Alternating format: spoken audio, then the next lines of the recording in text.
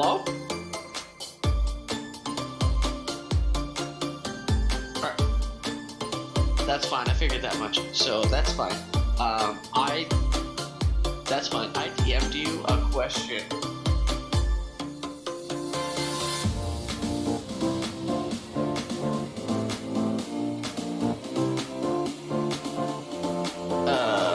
There are 3 people with issues. One person said they're having a problem with the client. One person said that they were having trouble sending out invites. That person just probably just restart the client. And there was another one.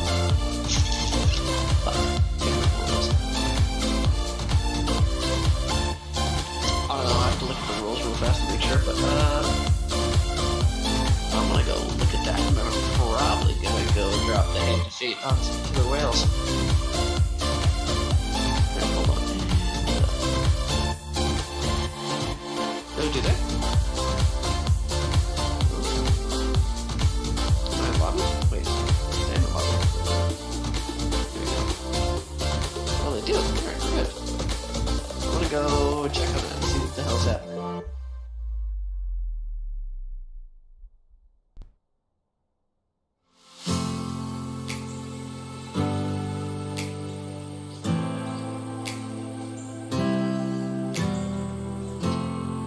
Alright, they're all set. Somebody DM'd me right as I was trying to check all that shit, so that's hilarious.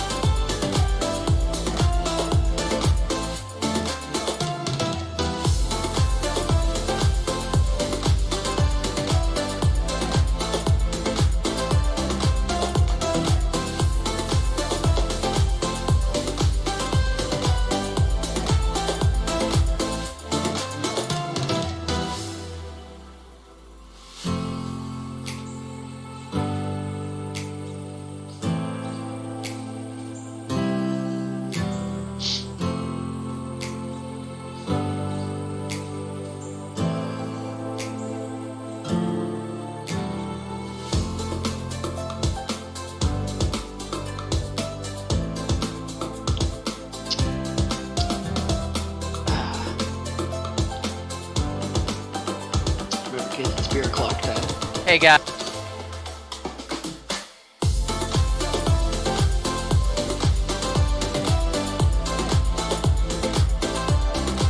Fantastic. I'm loving life today. I'm enjoying myself, drinking a beer, ready to cast this game out of complete nowhere, and I'm fantastic and excited for it.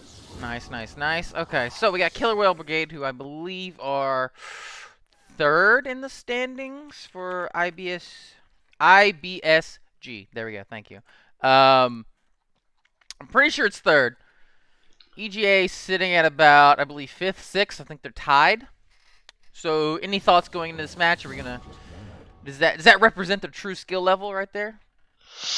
Honestly, that's what I'm thinking. I think so far Killer Whale Brigade have showed a great idea of how to play the game, and also like very open to switching up the lane positions for their team. As we see, Lamb's Arrow, who was originally their jungler, is now in the top lane, and Draken Rich is back to the jungle again. So maybe we can see some lane swaps, maybe we can see some feisty shenanigans, but for the most part, I just expect to see some enigmatic ghosts getting eaten by some whales. Oh, okay. So far, KWB out the gate. Okay, fair enough. I mean, it's not a bold prediction. They are 3rd for a reason. So far, bans, we see the Kaiser. I mean, Tarn's been known to 1v9 on that champ once or twice. Pretty good on it. Zach, I mean, Starstra's pretty good on it. I've seen his Sejuani, so I feel like he could just pick that. And then Alistar. And then on the other side, we have Thresh, Rise, Draven. Anything super crazy ban. Everything look pretty. Yeah, all right. Ooh, That's York, exactly what I'm first feeling. pick. Okay, okay. Yeah, Lamb's Arrow has been crutching that Yorick, and nobody's really banned it from him when he's been playing top lane, and it's pretty interesting because I'm pretty sure in like He's only been playing Yorick. Mm-hmm. And he's definitely hard carry a couple of games, for sure. I know that. Correct. And yet here it is. Okay, Galio. Support, I assume? That's the new hotness, right? Support?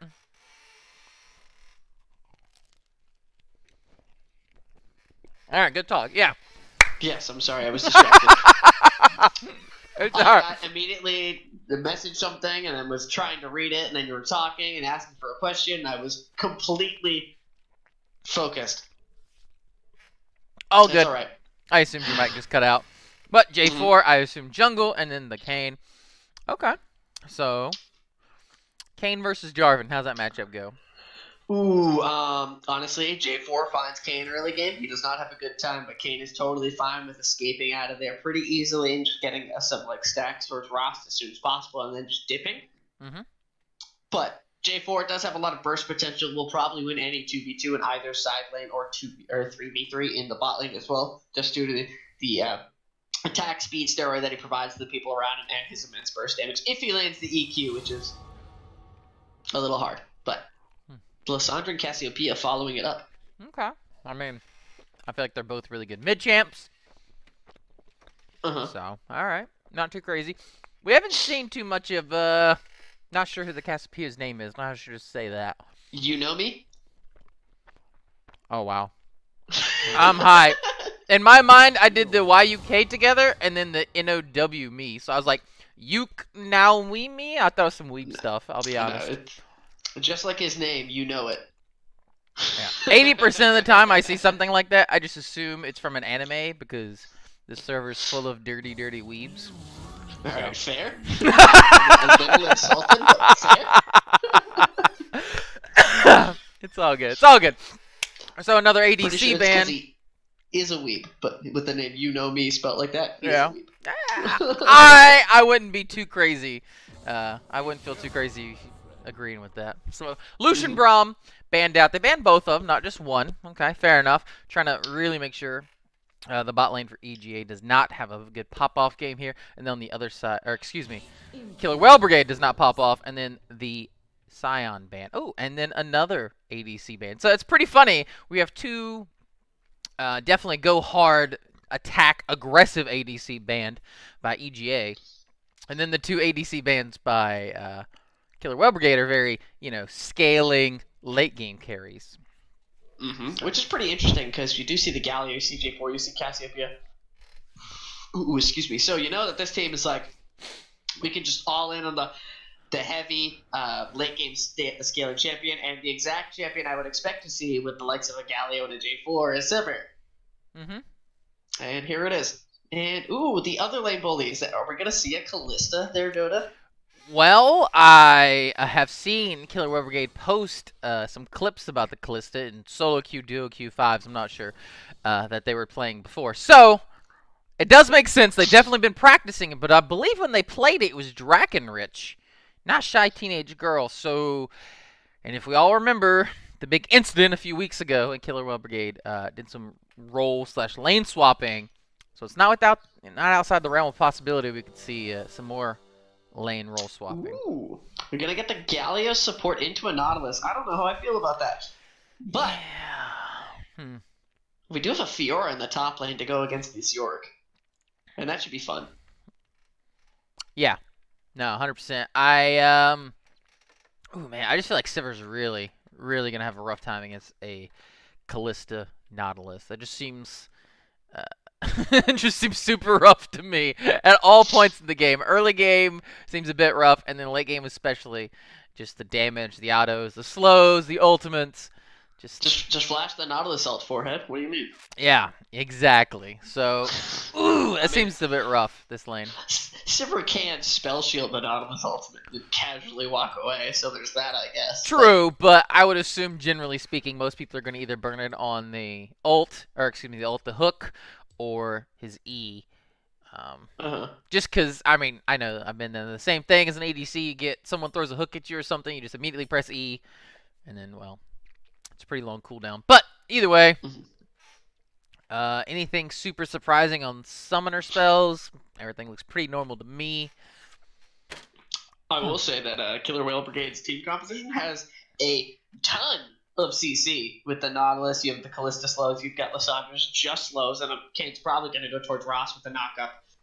The knockup and his slow as he become one ability. York is going to have his like AoE slow, his like wall. So there's going to be lots of CC on that side. Yeah, 100%, tons of CC. I mean, we see Cassiopeia taking the cleanse, but one cleanse is not really going to save you from that team comp.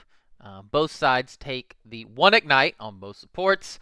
Both top laners have the teleport, but then the mid lane, Lissandra has the TP. And then, like we said, Cassiopeia with the cleanse. I'm excited to see how this matchup will go because Cassiopeia has the cleanse, so that it can do something aggressive in this lane to be able to cleanse away. And like early game, Kane does not have a very good time ganking this lane. He doesn't really want to gank Cassiopeia. It's not going to get him Rosk, so he doesn't really care about ganking this lane. The cleanse is like cool to get out of the CC that Lissandra can provide, but with the cleanse, it's going to be very hard to deal with the Cassiopeia, especially with the way the miasma works with their E. So I think Cassiopeia can probably edge out this lane in the early stages. Okay. And that's something to look forward for on this side of EG. And probably something the Star Show should be paying attention to because that lane should be fun. Right, because Red Kane, Rost is melee. When he autos melee champs, and then Blue Assassin, no one uses. Kane is ranged, correct? Correct. Excellent. All right. So he can gank bot lane and just look at Galio really aggressively. He can go top lane. He can try to fight J4 in the jungle if like he has priority in some of the side things to try and get Ross as soon as possible, or force a 2v2 in the top side, which honestly is probably better for EG. I don't know exactly how the York and Fiora matchup goes. Personally, I just think that J4 can provide a lot more to the gank and have a great counter gank if Kane is forcing a 2v2 in the top side. Yeah, 100% agree. Split push. Fiora, York. Who's that split pushing monster? Who's the better? Early game, York. Late game, Fiora. If Fiora's allowed to get late game, chances are Killer Whale Brigade fucked up. Okay. So, Fiora's the better of the two? I think in the later stages of the game, we should have an easy time. All of York's damage is going to come from the ghouls and the maiden, and Fiora has a very easy time dodging the E, which makes all the ghouls attack her. So it's pretty hard to, I think, really deal with a late game Fiora as York solo. I imagine that Fiora will be able to scale better, but I think it will be very hard for her to deal with the York's just pure damage output. Whew. I lagged hard there for a second. That was weird. All right, fair enough though. Pretty geek.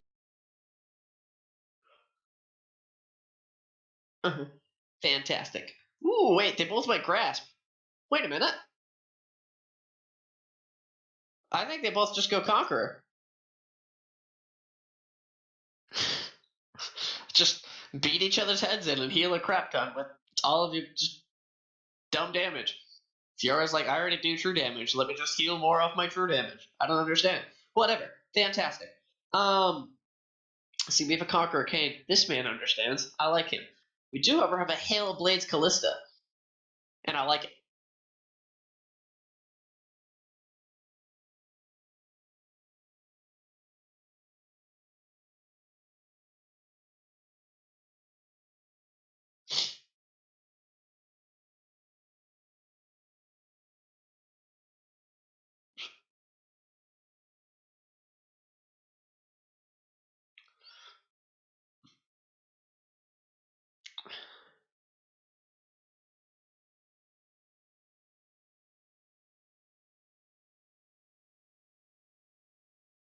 Yes, you are, Gimpy.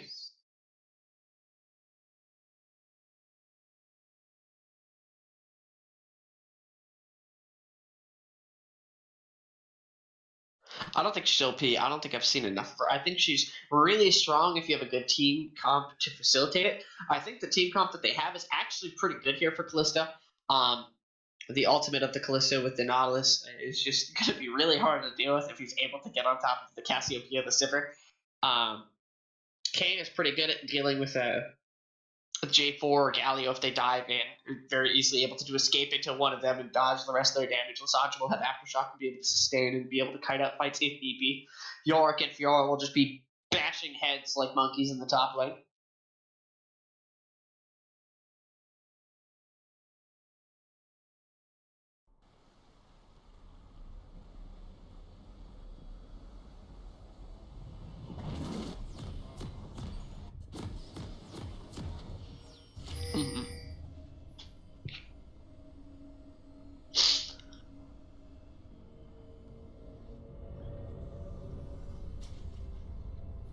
I will say though, I like that fact that Irish tried with Guardian on Galio. I think it's ultimately better in the support role. Guardian is, when Aftershock, Guardian is not ideal. You don't really get to use much of the shielding unless you're sitting on top of the people that you're trying to peel for. But you have to actually be peeling for them, not engaging.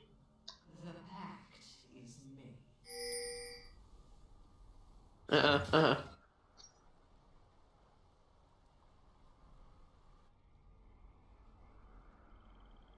For you, It's I won't do. unlucky. I was gonna say she's an AP carry now.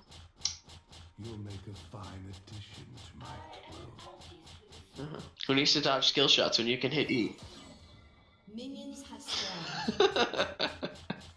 You'll make a fine addition.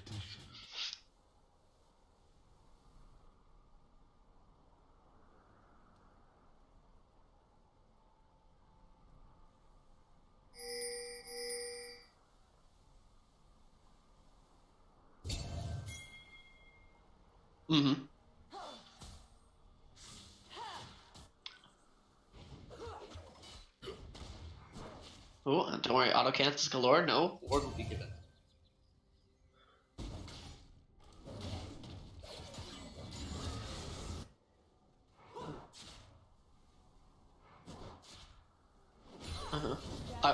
I will say though that that little level 1 skirmish did behoove Killer Whale Brigade because they didn't get to see where Kane started. They think that he could be topside because bot lane didn't leash. So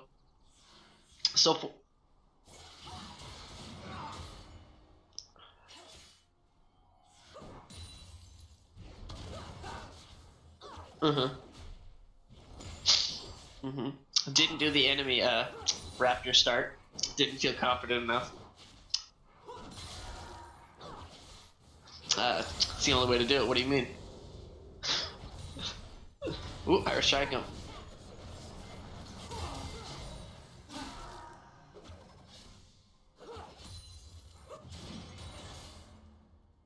Trying to land it. Wait, Gallia went level 2 with EW.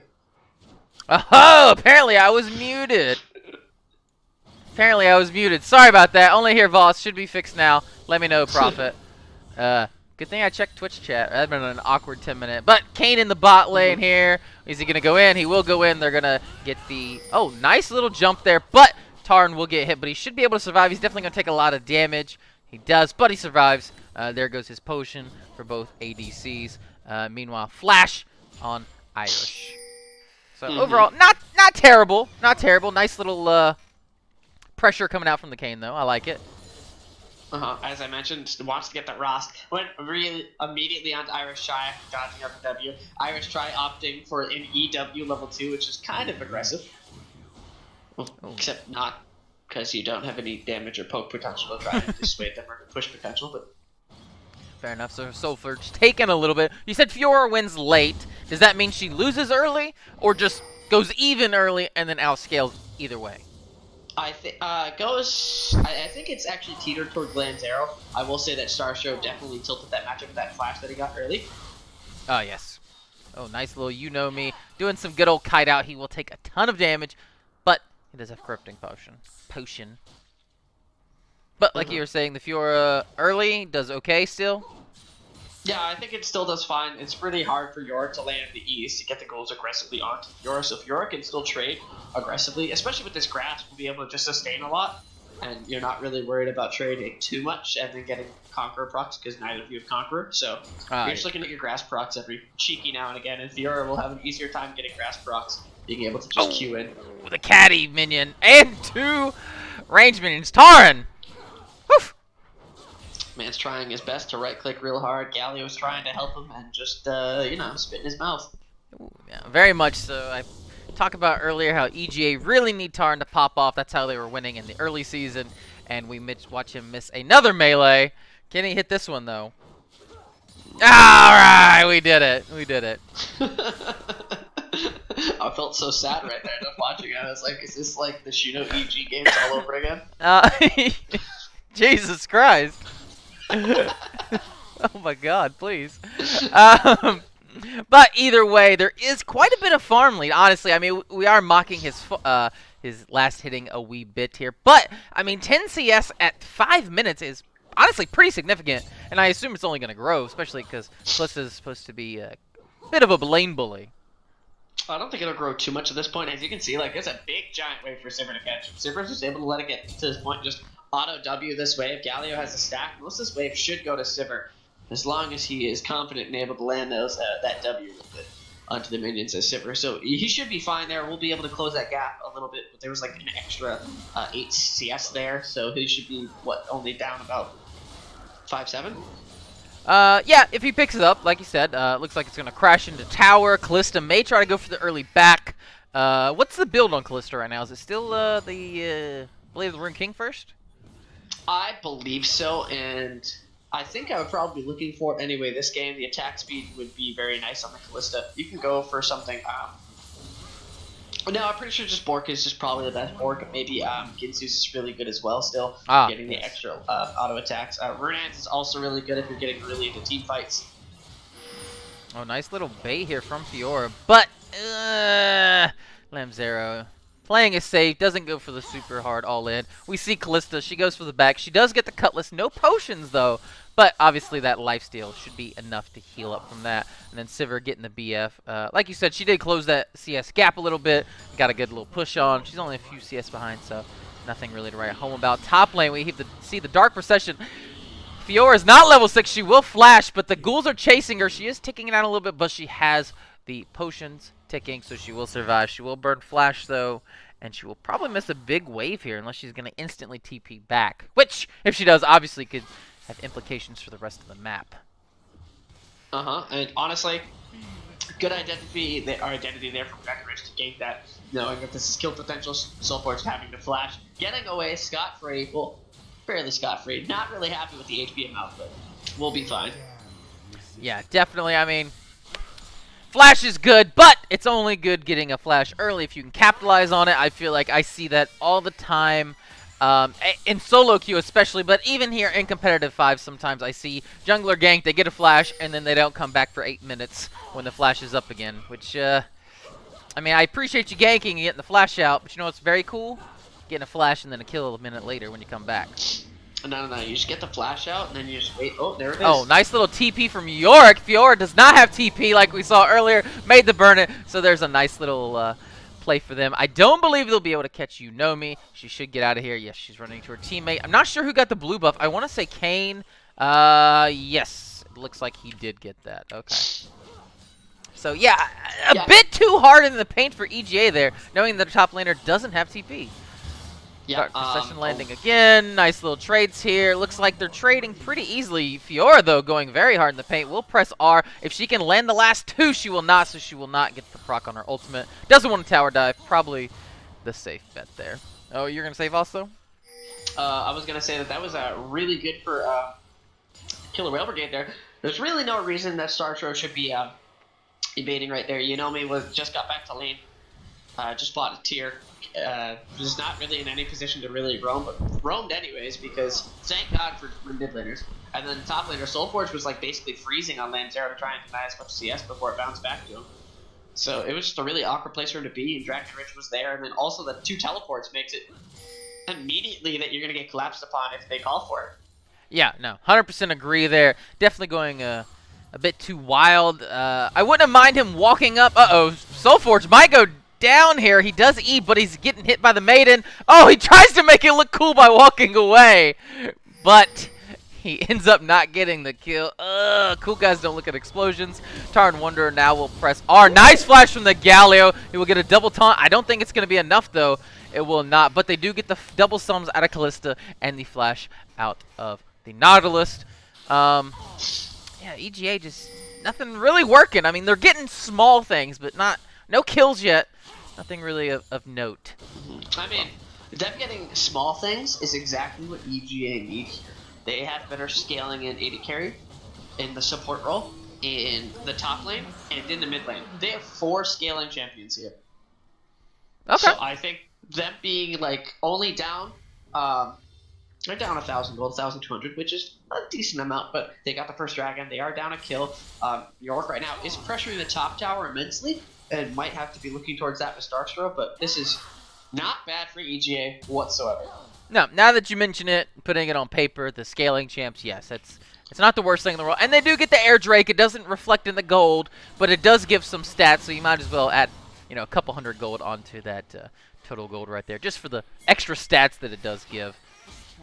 Me like you movie fast. Tarn Wonder might get hurt here. Well, he does have the flash, so he can always flash out there. We see Nautilus getting thrown in.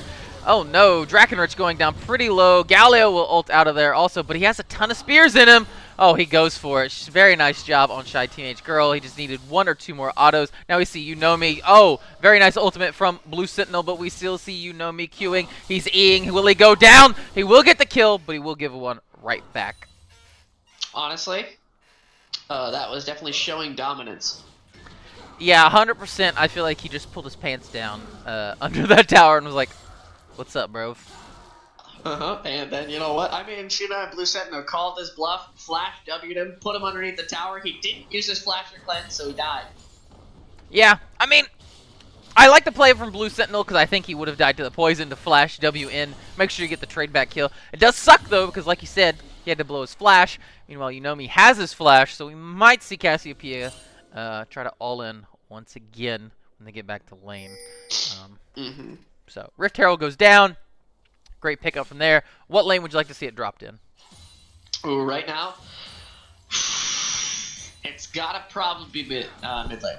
I think Terran right now is in a good position to start wave clearing very easily into the Callista and can just keep pushing it in and then be able to roam to the mid lane. Soulforge, albeit, is in this 1v1 matchup and doesn't really need too much assistance here. You could drop a top lane, but you don't get too much because it's really hard to push into the likes of this York, especially with the Maiden. And he will just destroy that the Rift Herald if it's there long enough. So I really want to see it mid lane. I think Unomi is in a really good position here, as we can see. Was able to basically 1v1 and tower dive C9 Blue Sentinel without using summoner spells. And I think can very easily just keep snowballing this. Now, speaking of Unomi going in as soon as he gets back to the lane, he will burn both the summoners. J4 is here. Starstro ulting a corpse. Doesn't matter, though. Drakenrich should go down here. Oh, he actually died in ultimate. I didn't think you could do that. He does. Nice little EQ combo for the knockup. They should kill Lamb's arrow here. He has no one has any mana on the team, though. That's the problem. He should blast plant away. Oh, that feels bad, man. You burn all that. Oh, God. Are they going to die? I don't like that. I hope not. Okay. I don't like that plan if they dive.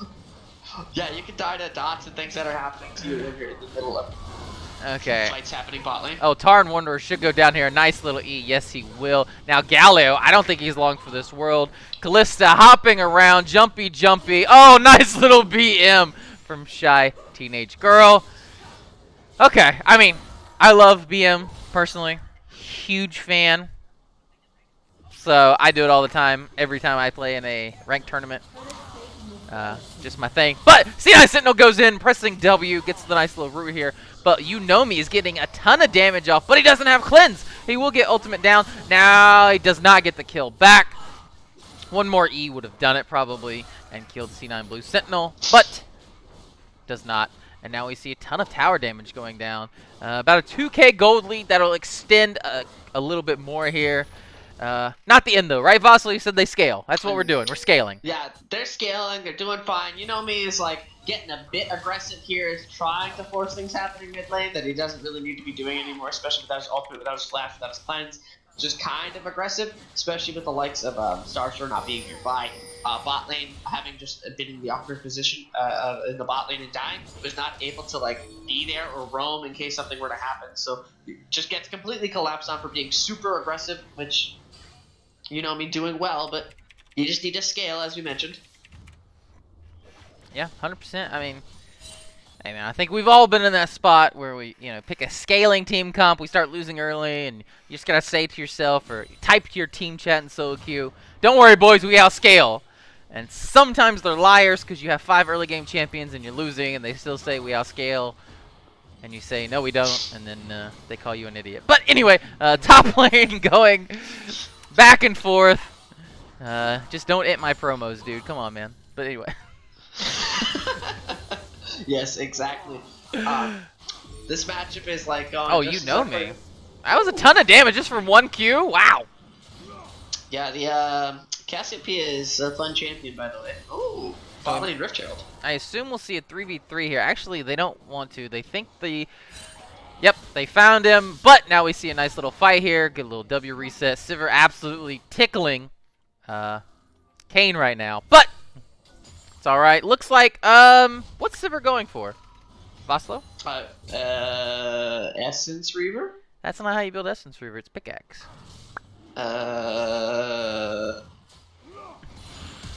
Yeah, I'm going to call that a mistake. Soulforge might go down here. Actually, Lamzero decides, you know what, I'm not going to dive. I don't like that idea.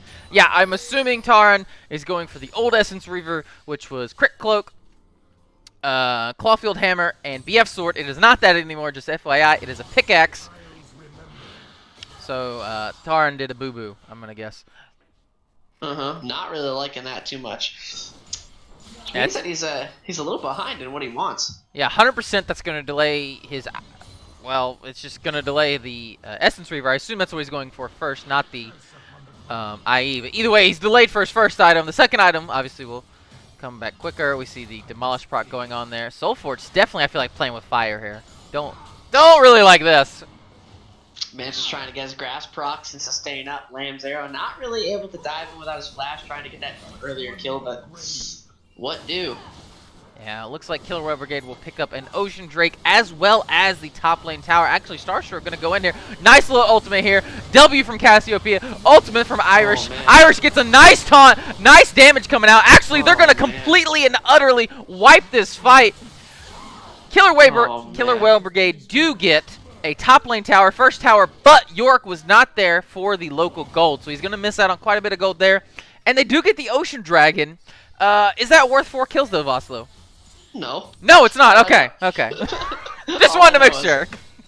All I know is that was played beautifully by Starstroke and Irish Try, identifying that they need to go in a bit early so that they can try and secure the dragon. He failed. Unlucky. But going in a bit early and then getting Irish Try into the middle of that pit with the hero's entrance with a massive AoE in the middle of that dragon pit. We'll be able to get that. We'll not get the dragon, but get 4 kills. Almost 2 towers, 1 mid lane. The bot lane is like a sneeze away from death. And now Soulforge is in a safer area top lane to just kind of like free farm and slow push towards Lamzero again, as the top lane matchup was not going very well in his favor. Yeah, top lane definitely didn't go the best for Soulforge. We see him down about 40 CS right now. He did lose the first tower, but like I said, York was not there for the local gold, so he does miss out on quite a bit of gold there.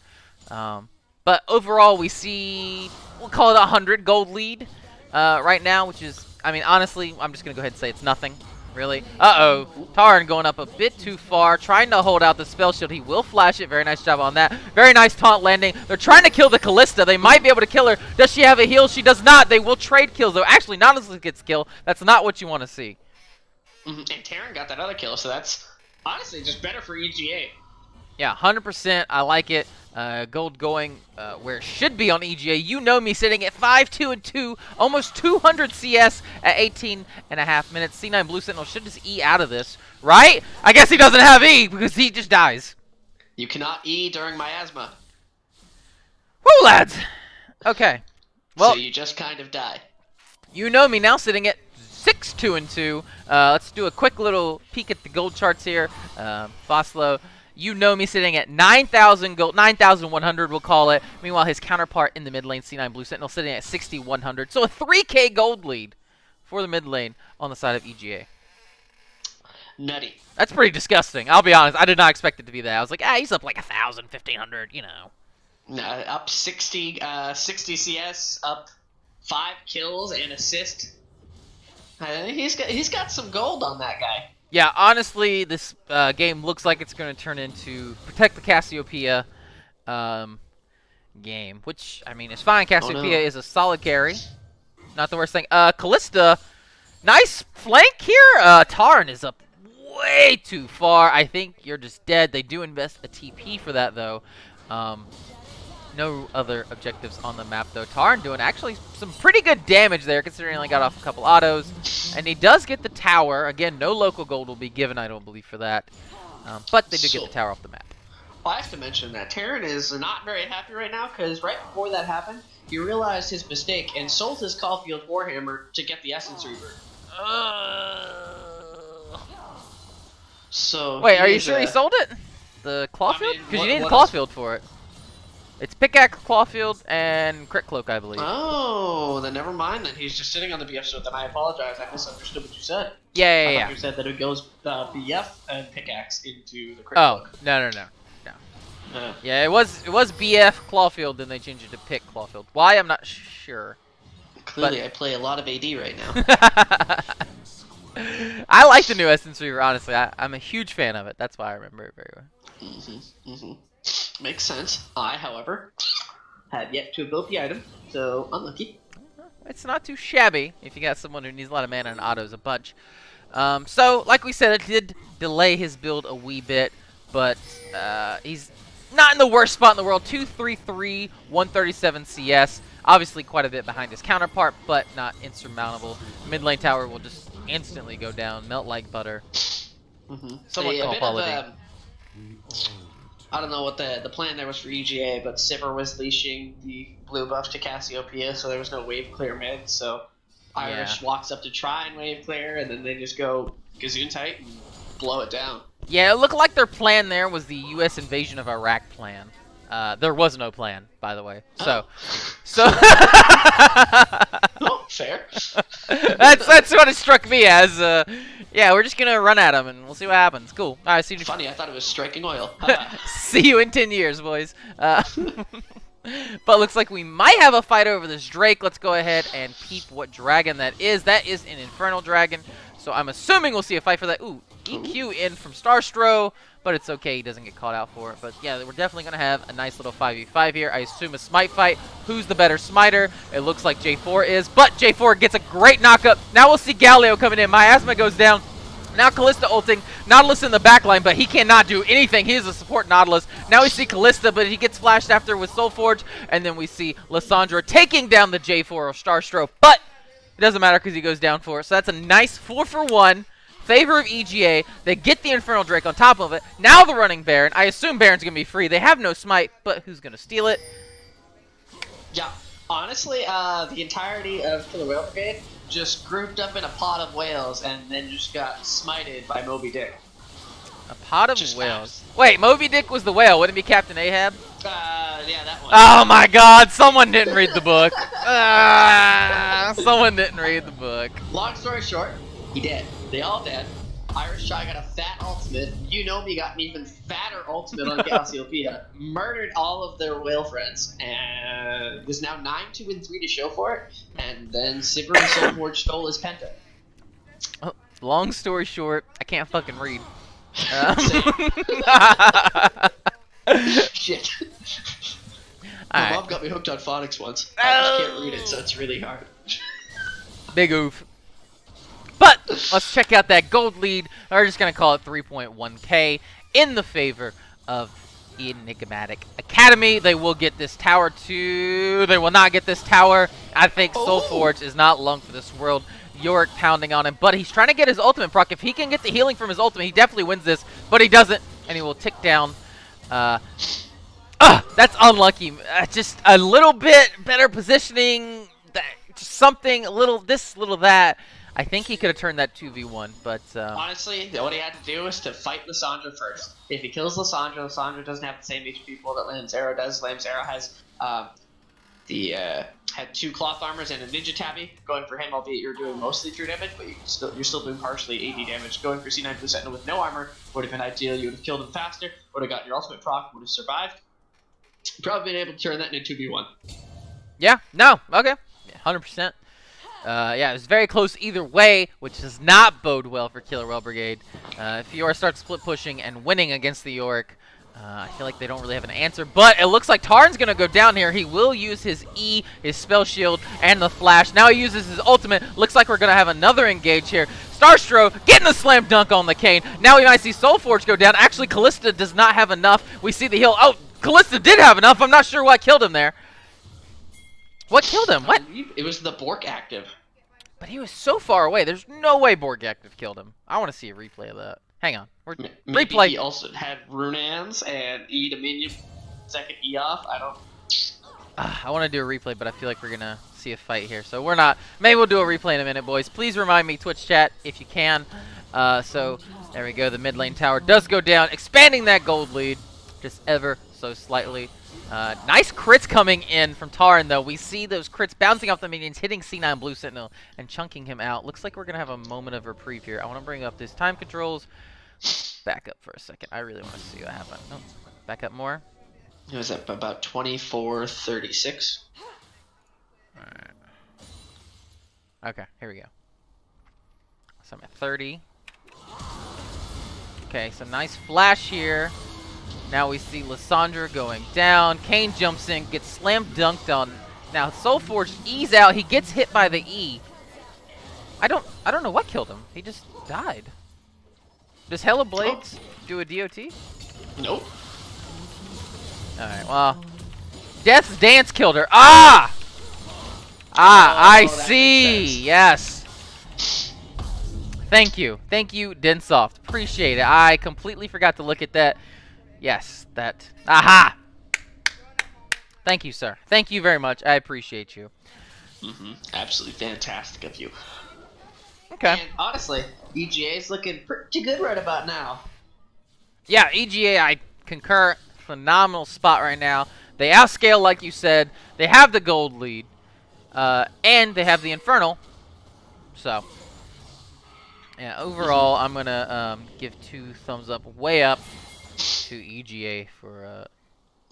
And a Flame Horizon and Cassiopeia. Oh, yeah, you're right. Now, C9 Blue Sentinel, nice little prediction from Starstroke, cutting off the escape. Everyone trying to last hit that kill. Taran walks away with that KS. Taran's like, I've been overstepping my entire so yeet. Yeah, definitely doing his best impression of Killer Whale Brigade, trying to overextend. Now, we might see Lamb's Arrow get this. He definitely will get the Demolition proc and chunk it out quite a bit. I'm not sure if he'll get the tower, though, and then he'll have to deal with Fiora right after, who could easily chase him down. Oh, goodbye, tower. That's a Yorick. So he does get the tower. Now we're going to see Fiora not chase him. Well, that's a ton of damage from that Maiden. Yeah, they do a lot in the drain effect of the Maiden itself. The ghouls do a lot, especially if you didn't have... Now we have the nice knock-up, the taunt, and there we go. Sivir does tank a few tower shots, but they have the redemption. Plus, she also has fleet footwork to kind of get back some HP there. We will see the inhib go down. Kane split pushing bot. Not sure I agree with that.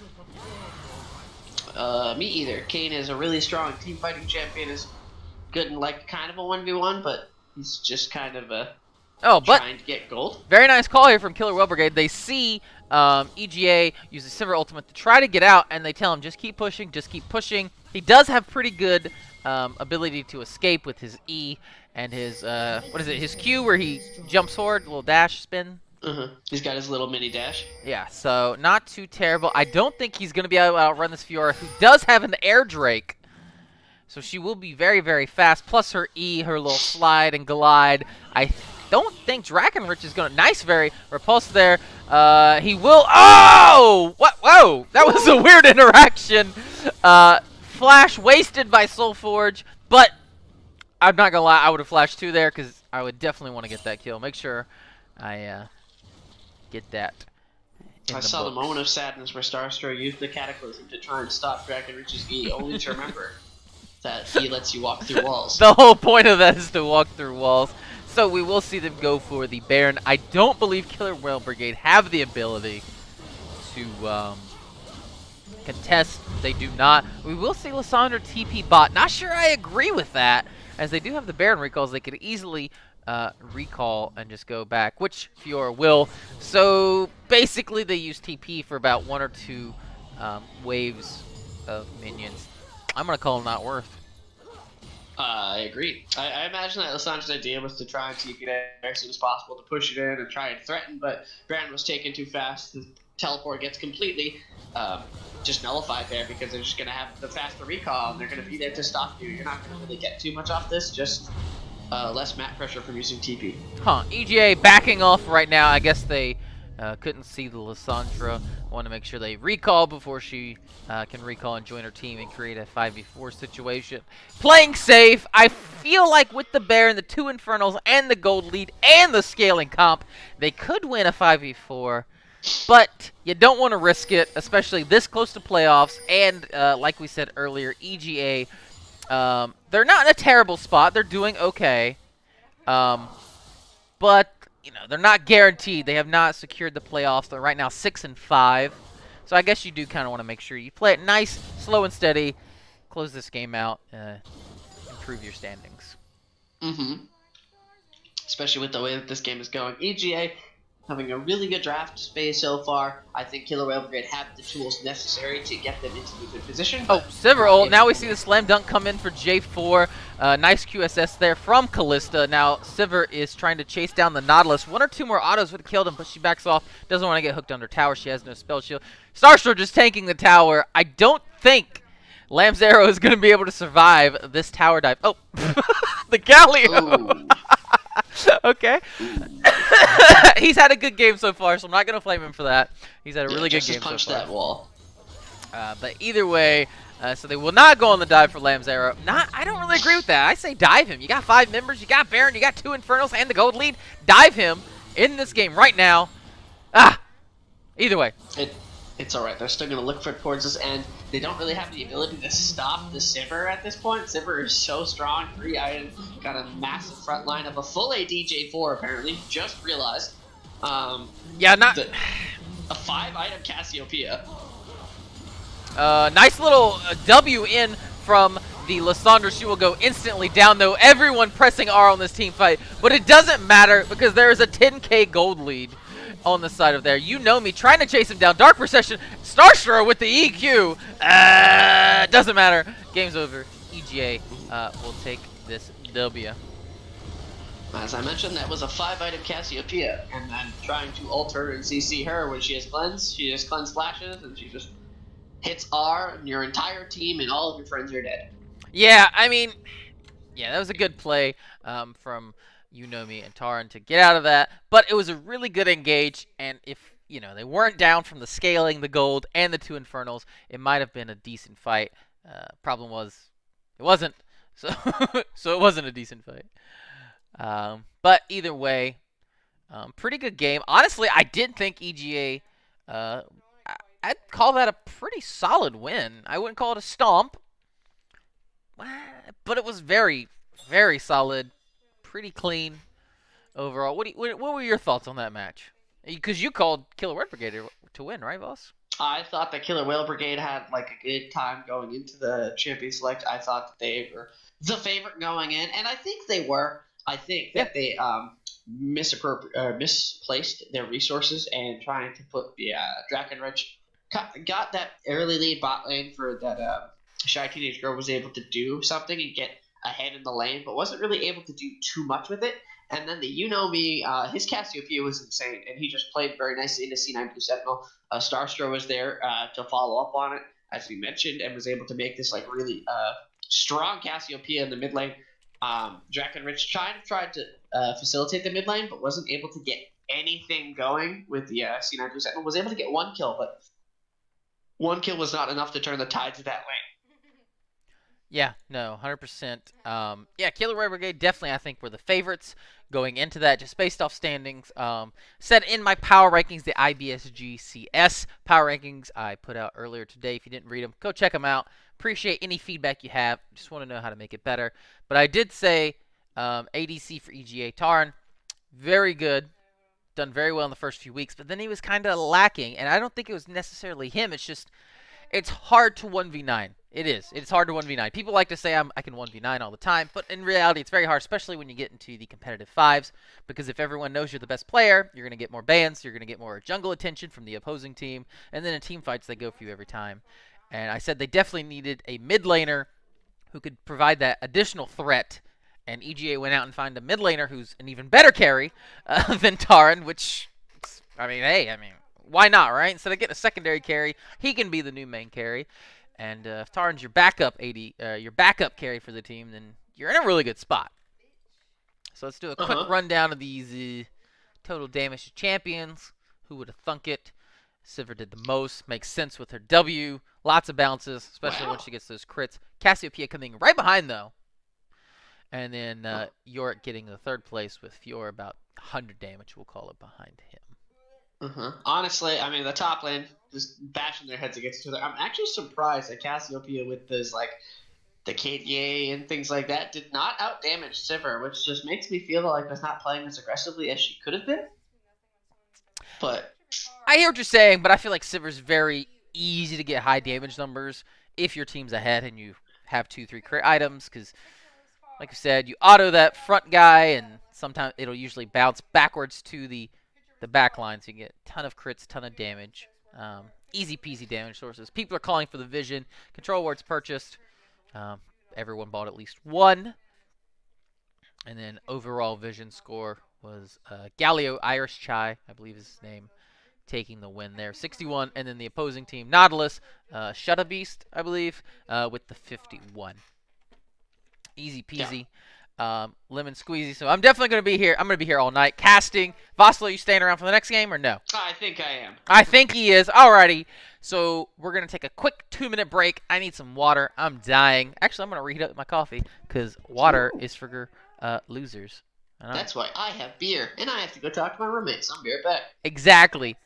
I want my blood to be like Jell-O. I don't drink water. But anyway, we're going to take a few second break. Get the next lobby set up. We'll be back. Don't go anywhere. Leave that Twitch stream open. I see you looking to click the X because your team done played. Don't freaking do it. All right, buddo? Watch it. We'll be back in 2 seconds, guys.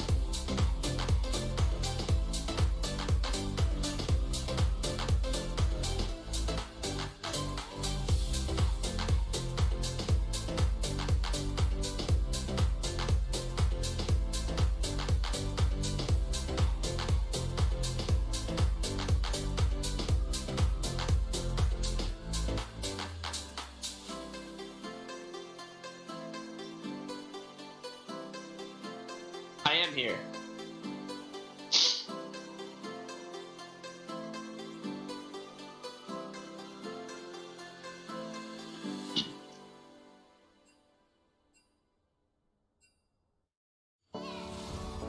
Alright, welcome to Week 7, Day 1, Game number 2 of the night. Right now, I believe we have Classic Esports Retro on the blue side. Left side of your screen, Team 1. And on the right, we have MWE Midwest Express, Team 2, red side. So, Voslo has joined me again. He has graced us with his presence. Thoughts on this, Voslo? I'm pretty excited. I just got told a fantastic story of how my roommate is probably going to be having a sexual relations with a guilt, and I think that is hilarious, and I feel like everybody should bring out their wheelchairs for the chat, because how else are you going to celebrate a guilt? Okay. Fair enough, fair enough. With that in mind, I think Classic Esports is probably the favorite of these two. I think that they've been shown... Really? Yeah, well... I'm gonna give it to Classic. I know that they don't have the star AD carry, but they, for reasons. And I still think that they can still put up a fight. I think Long Schlong has done pretty nicely for them. However, it doesn't seem like they have their normal roster here. So, I might have spoken too soon. Okay. So Yasuo lock in. Okay. Okay. Yeah, just immediately. Just locked it. Just no remorse. Just what are you gonna do about it? All right. So where's the Yasuo going? Question. Yes. You have a Yasuo first pick. You can put it AD carry. You can put it mid lane. You can put it top lane. I've seen Yasuo jungle. I don't know. What do you want from me? I do know that if it's a top lane into an Ornn, I mean, Breakfast Time has been showing great time on that Ornn. I'm pretty excited to see how he's going to handle Yasuo, but I don't think that Ornn does very well into that matchup. Okay. Did not know. I like it. So, trying to think here. So you said you think CER are the favorites. Well, before I looked at... it doesn't look like CR has their normal lineup at all. I could be wrong, but... Well, the ADC had an incident, and will no longer be joining us at Duo Esports. Possibly. Oh, no, it is their actual roster that they put in today. I just feel like it's a lot different than what I've usually seen from them in the past couple of weeks, so I feel like this could be very different than what we've seen before. So, yeah. Yeah, definitely. Like we said, SCOM will not be joining us. Possibly Season 5, he'll make his return, but not anymore this season. Easy peasy. But Canadian champ was the star jungler for Pursuit Gaming.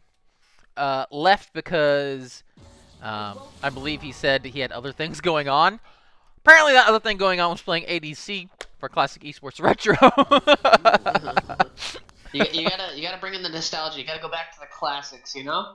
Oh yeah, Totes Magos, which I didn't know he was an AD. I'm pretty sure he played Season 3 of Duo last season, and he was also a jungler. Very good jungler, I might add. Same thing on Pursuit Gaming. Very good jungler. But, yeah, ADC, maybe it's his off-roll, or maybe this is the true power of the Canadian champ. He's just been showing us, his off-roll. Jungle was the off-roll. Now he's going to I will say that Canadian champ has always excelled in farming.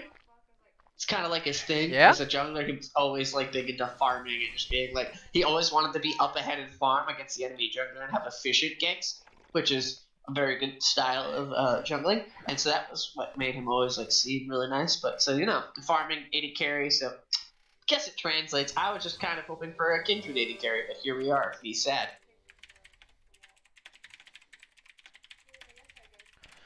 I will say though, I like the Braum and Yasuo pick into the Ornn. Yeah, no, I definitely like Braum.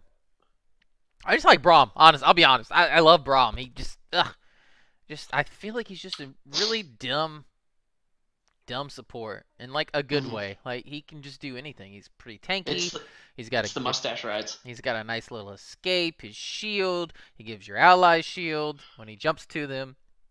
a knock up, he a talks slow. funny, and he's got a great mustache. He does have a phenomenal mustache, 100%.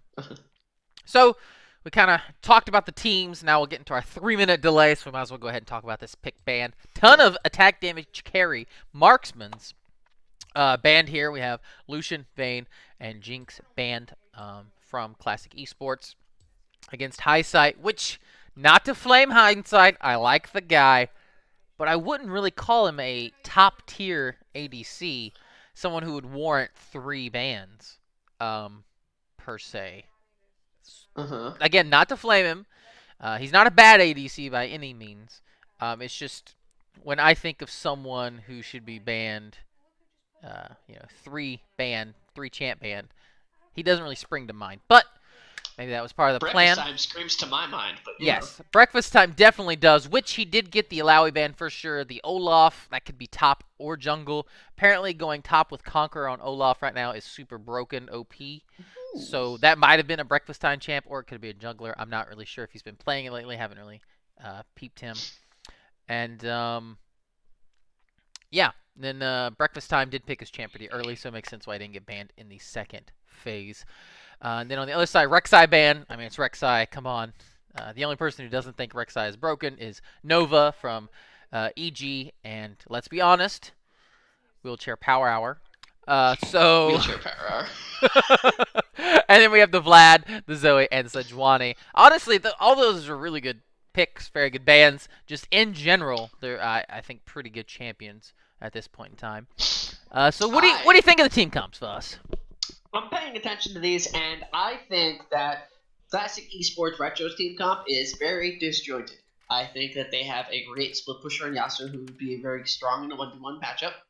You have Nuno, who's like this really good early game and setting up jungler, having one of the best smite controls in the game.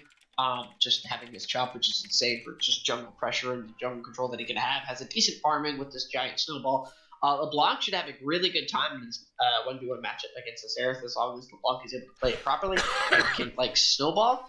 And then you have Sivir and Braum, which is a very safe lane, but you have like so many ideas of how this game should be played. You have like the Sivir like death ball composition. You have LeBlanc who wants to make picks in a 1-3-1. You have Yasuo who's really good at split pushing here. The Nuno just wants to go in, but you don't really have other champions to facilitate Nuno and Sivir and Braum going in other than Yasuo. But Yasuo doesn't really want to go into the likes of Thresh, Ornn, J4, Xerath even. Like he has to be able to play these fights out immaculately and able to get good win walls to block the CC of like the Thresh. Ooh, excuse me, the Call of the Forge God. Trying to sidestep the J4 EQ if he goes into the fight off of the snowball that Nuno can land. So their team comp seems a little disjointed to me. You have a lot of poke and peel for the Kai'Sa here, and a lot of poke damage from the Bishop here on the Xerath. So I think they have a lot of safety for this Kai'Sa if the Kai'Sa is able to get in a position to be able to auto-attack safely. And Xerath is like just very safe artillery and with the immense front line that he should have. So they can deal with this death ball that CER might be trying to play here, but it's really pivotal on that Yasuo plays the matchup top lane very well into probably the best top laner in the league, and LeBlanc able to snowball and get kills solo in the mid lane. I would definitely agree with that. I think Breakfast Time is the premier top laner in the GPCS. Who would you say is the number 2 top laner? Ooh, number 2 top laner? Yeah, because like I said, I feel like he's hands down, everyone agrees, the best. So who's number 2? Shit. Alright, let's go to the GPCS rosters and see who I can see. That's what I thought, because I'm kind of in the same boat. Who's the top laner besides him? But anyway, so yeah, definitely the best top laner. Like I said, my power rankings, I believe it was last week. MWE. It's got to be Vance, obviously. Oh, yes. Yes, Vance for sure. But like I said a few weeks ago, or last week in the power rankings, Breakfast Time is the glue holding Midwest Express together. He's the reason they win. Most of the time, honestly, he hard carries the team, and he's a big reason why they've won a lot of games, and he definitely needs some more help if they want to continue to win and not fall down the rankings. Oh, speaking of rankings, did I go over the standings for these two? I feel like I might have, but not really.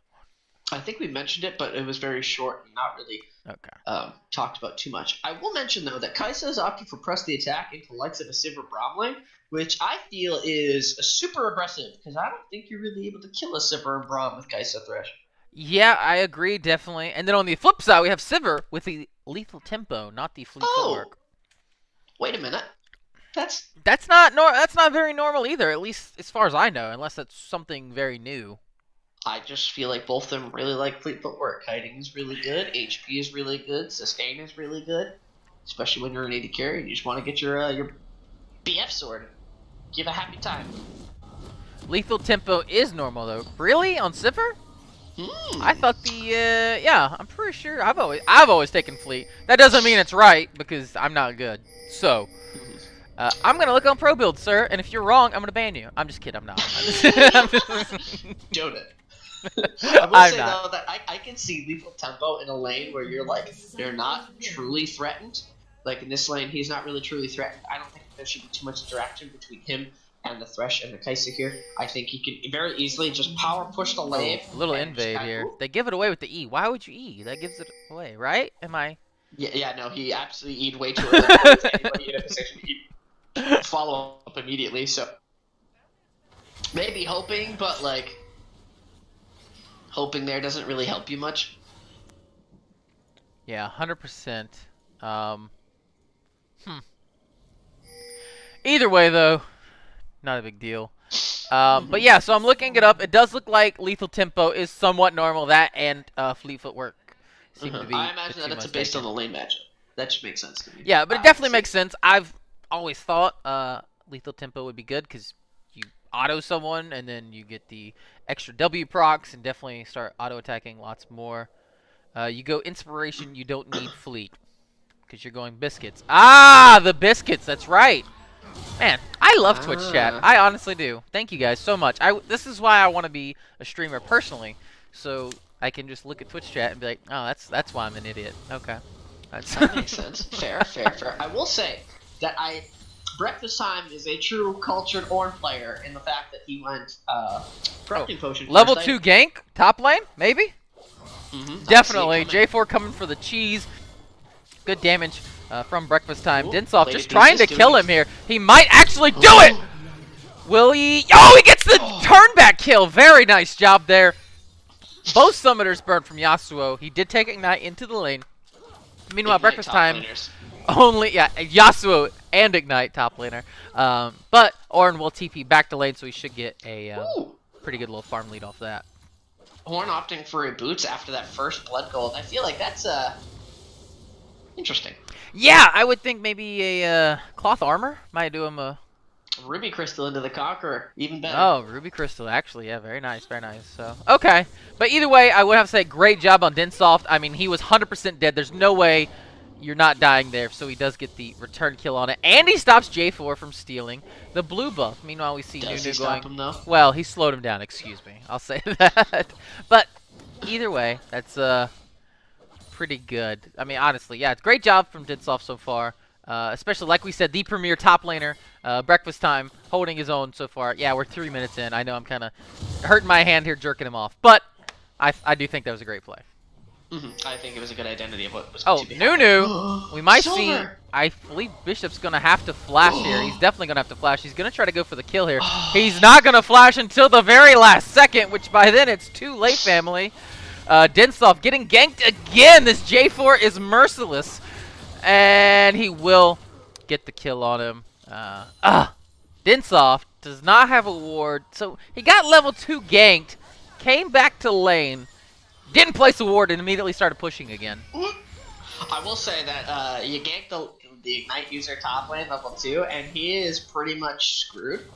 As we have to see Breakfast Time do exactly what you need to do for this matchup of just getting that early kill, getting it going. He traded 1-for-1, but then he's able to freeze underneath his own tower and just keep it there. Yasuo is not fast enough to teleport, so can't really stop or break the freeze unless he pushes up too far. Dinsoft barely hit level 2 and then gets ganked again by J4, and there's nothing he can do about it. Yeah, no, 100%. Definitely like that. Good macro from them. Dinsoft just immediately walks back to lane and starts fighting again. He's got to get those Conqueror procs. Oh man, this guy. Whew. All right, well we'll see. From the way he's playing so far, he's either gonna carry this game or he's gonna be about 1-12 in about 10 minutes. So we'll see how it goes. Okay, nice little wind wall. Stops nothing. He will get knocked up. He will take a ton of damage. He will survive though. And just, whew, Densoft is not really liking this Orn matchup anymore, is I? Yeah, definitely doing a great job from Breakfast Time to do this. Nice trades coming in from Canadian Champ. Like we said, playing what I believe is the off role. Switched recently from the jungle position on Pursuit Gaming to join Classic Esports Retro here. Silver Rookie diving into that E. Now Sivir will use the Spell Shield, but it's not going to be enough to save her. Nice flash from hindsight. He's going to get... No, actually J4 is going to take that kill. That should be 2 kills. Oh, nice flash from the Braum. And that does stop him, the new Snowball. But did he condemn them both to death? I don't know. Xerath does have the inside track. What are you trying to win wall there? Densoft will go down again. Now they run into the Xerath, and I think it's at least Braum going down. Possibly Nunu. He gets hit with the W. He will chomp on those Raptors. So it looks like he will survive. Bot lane, though, burning every single summoner spell from both lanes. And Nunu burning the flash as well. Yeah, honestly, great stuff from MWE. Understanding that Canadian Champ and Banner are really pushing into this lane at this point in time. Thresh is in a really good spot to set up this gank. He's level 4. Bladed Thesis can very easily gank as long as Canadian Champ doesn't run down hindsight here.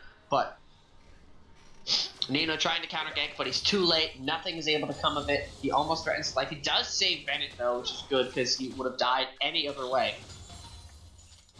Yeah, 100%.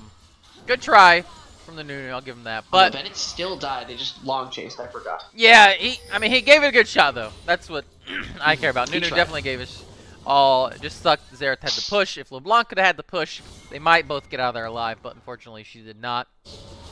So now they're gonna shove this. They do not stop any recalls. But Sivir is 0-1 right now. But right now she has a 15 CS lead. That'll get a couple more. And Hindsight's not going to get any of this. It's all going to hit the tower. And Sivir's probably going to get a couple tower plates off this. I will say that so far I'm not impressed with Silver Rookie's a LeBlanc this game. Those chains. You got to be 2 chains up here in the mid lane. You can't be, willy-nilly throwing those chains into minions and stuff when you're trying to secure them kills, man. Those chains are important. Yeah, Densoft getting knocked up again. Breakfast time. With the Ninja Tabby and the, what's that, Glacial? Not sure. But Densoft only level 5 here, but he does do a good job on the wind wall. They will kill Breakfast Time. Now, they shouldn't be able to get Bladed Thesis here unless they tower dive, which I'm not a fan of, and they won't.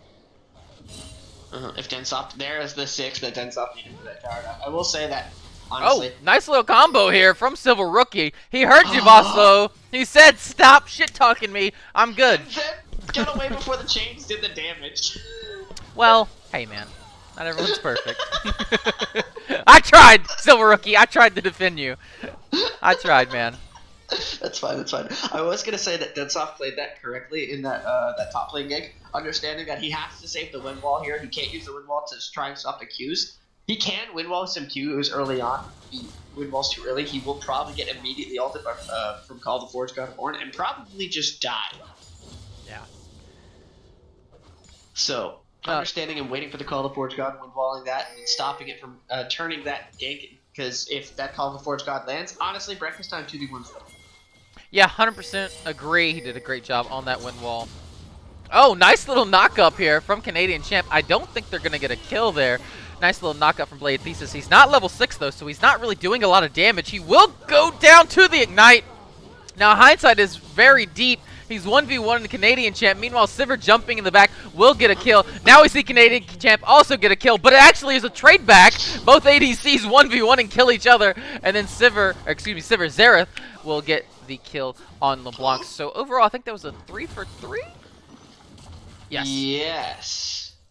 Yeah, both supports died, both AD carries died, and 1 mid laner and 1 jungler died. Yeah, Densoft here. Oh, he's going to get knocked up again. I think he goes down here. One more auto. Flash auto from the Ornn. AD Ornn is OP. All I know is that I watched just watched like the screen pan away as Orn just flashed, and I just saw the hammer go into the air. This isn't a lot of TV right now. Yeah, this stream is PG rated. We can't show the deaths. So. We can't show what that goat does to people in his free time. I will say that Densoft can win wall the Q and make sure that the Q Long Schlong, you're a bit low. He will eat this, but he will get knocked up. I don't think he's gonna live, and if he does live, it's gonna be a great turnaround. He will actually. Very nice job here. Now we see Bladed Thesis jump in, do the ultimate, but Braum is immediately gonna W out. Now we see Kaiser trying to auto. Hindsight doesn't really do any damage with the Braum in front. So they do get the Dragon, they do get an Ocean. Nunu gets a kill because Breakfast Time kind of half committed and then panicked and tried to run away. Whew! Not really liking those tower damage. He does have armor, but he has no weapon.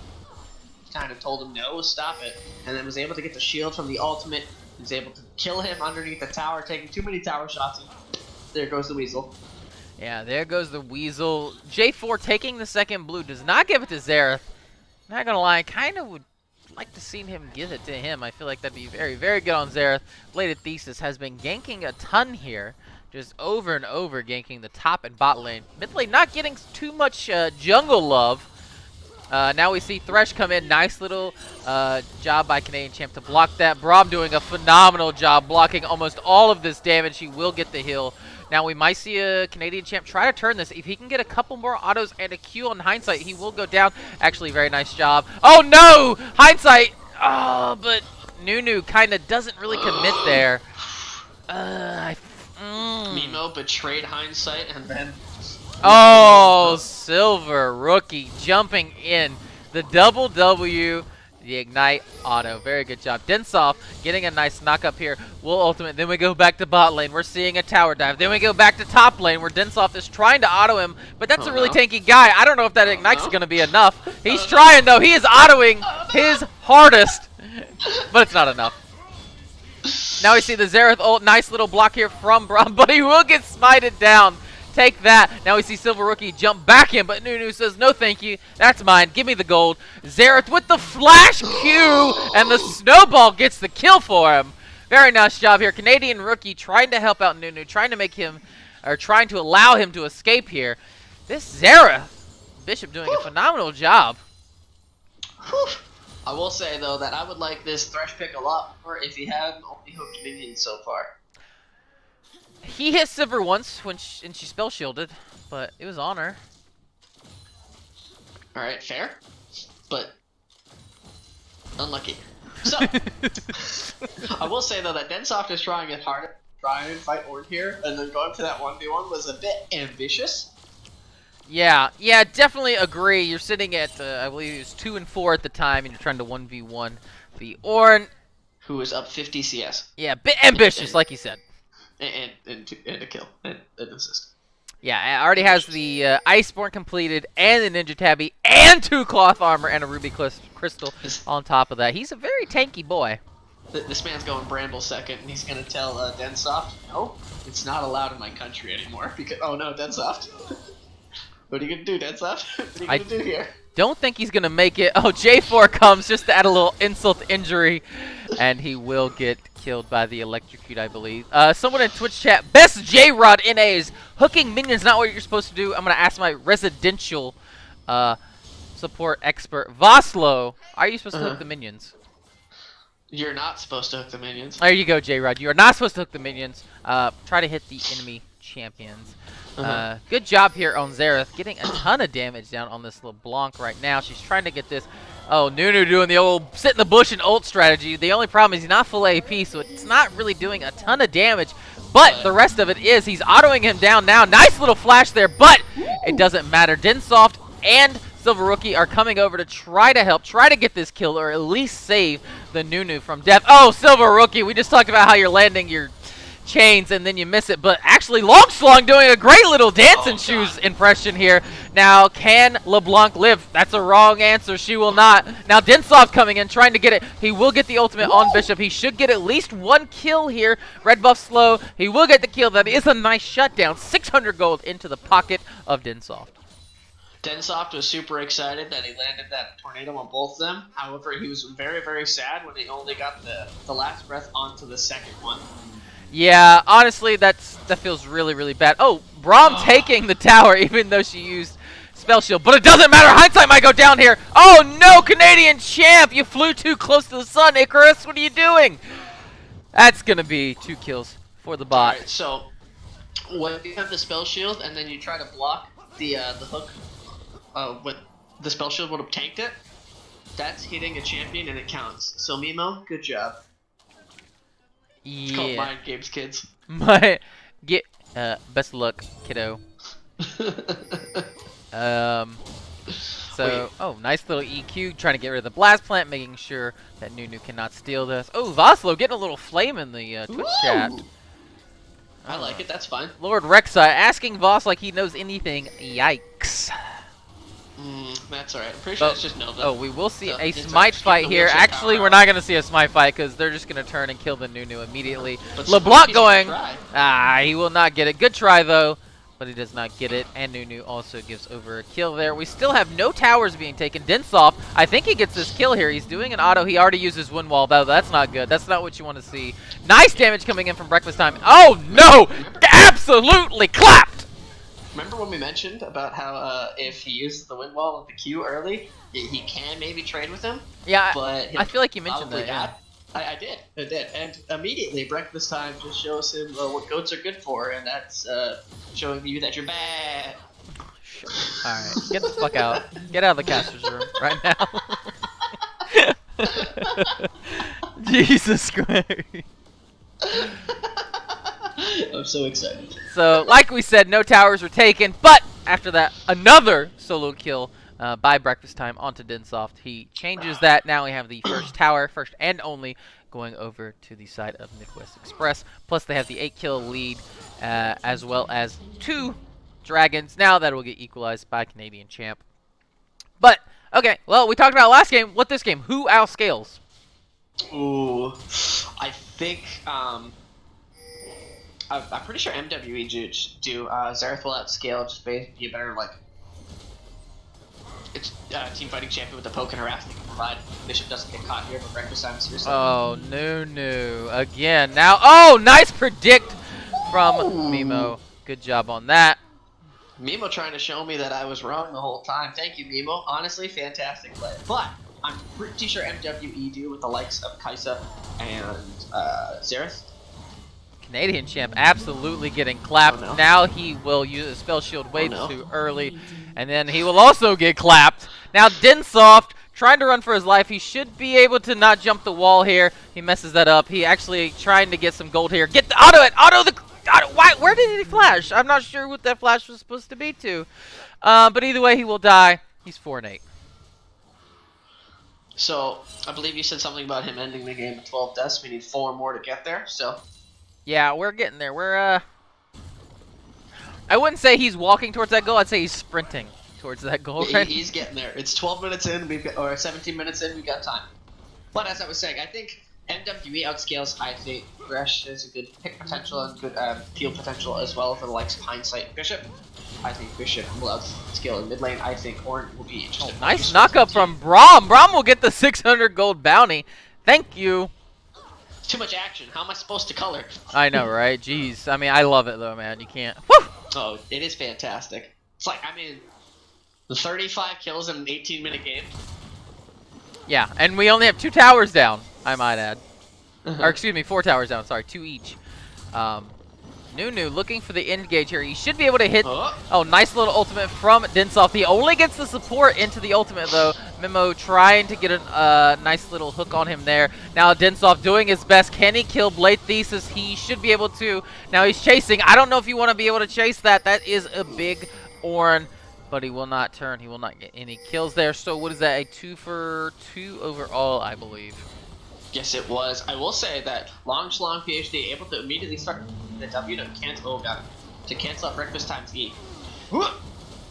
Yeah, great job there. Nice little ultimate from Breakfast Time.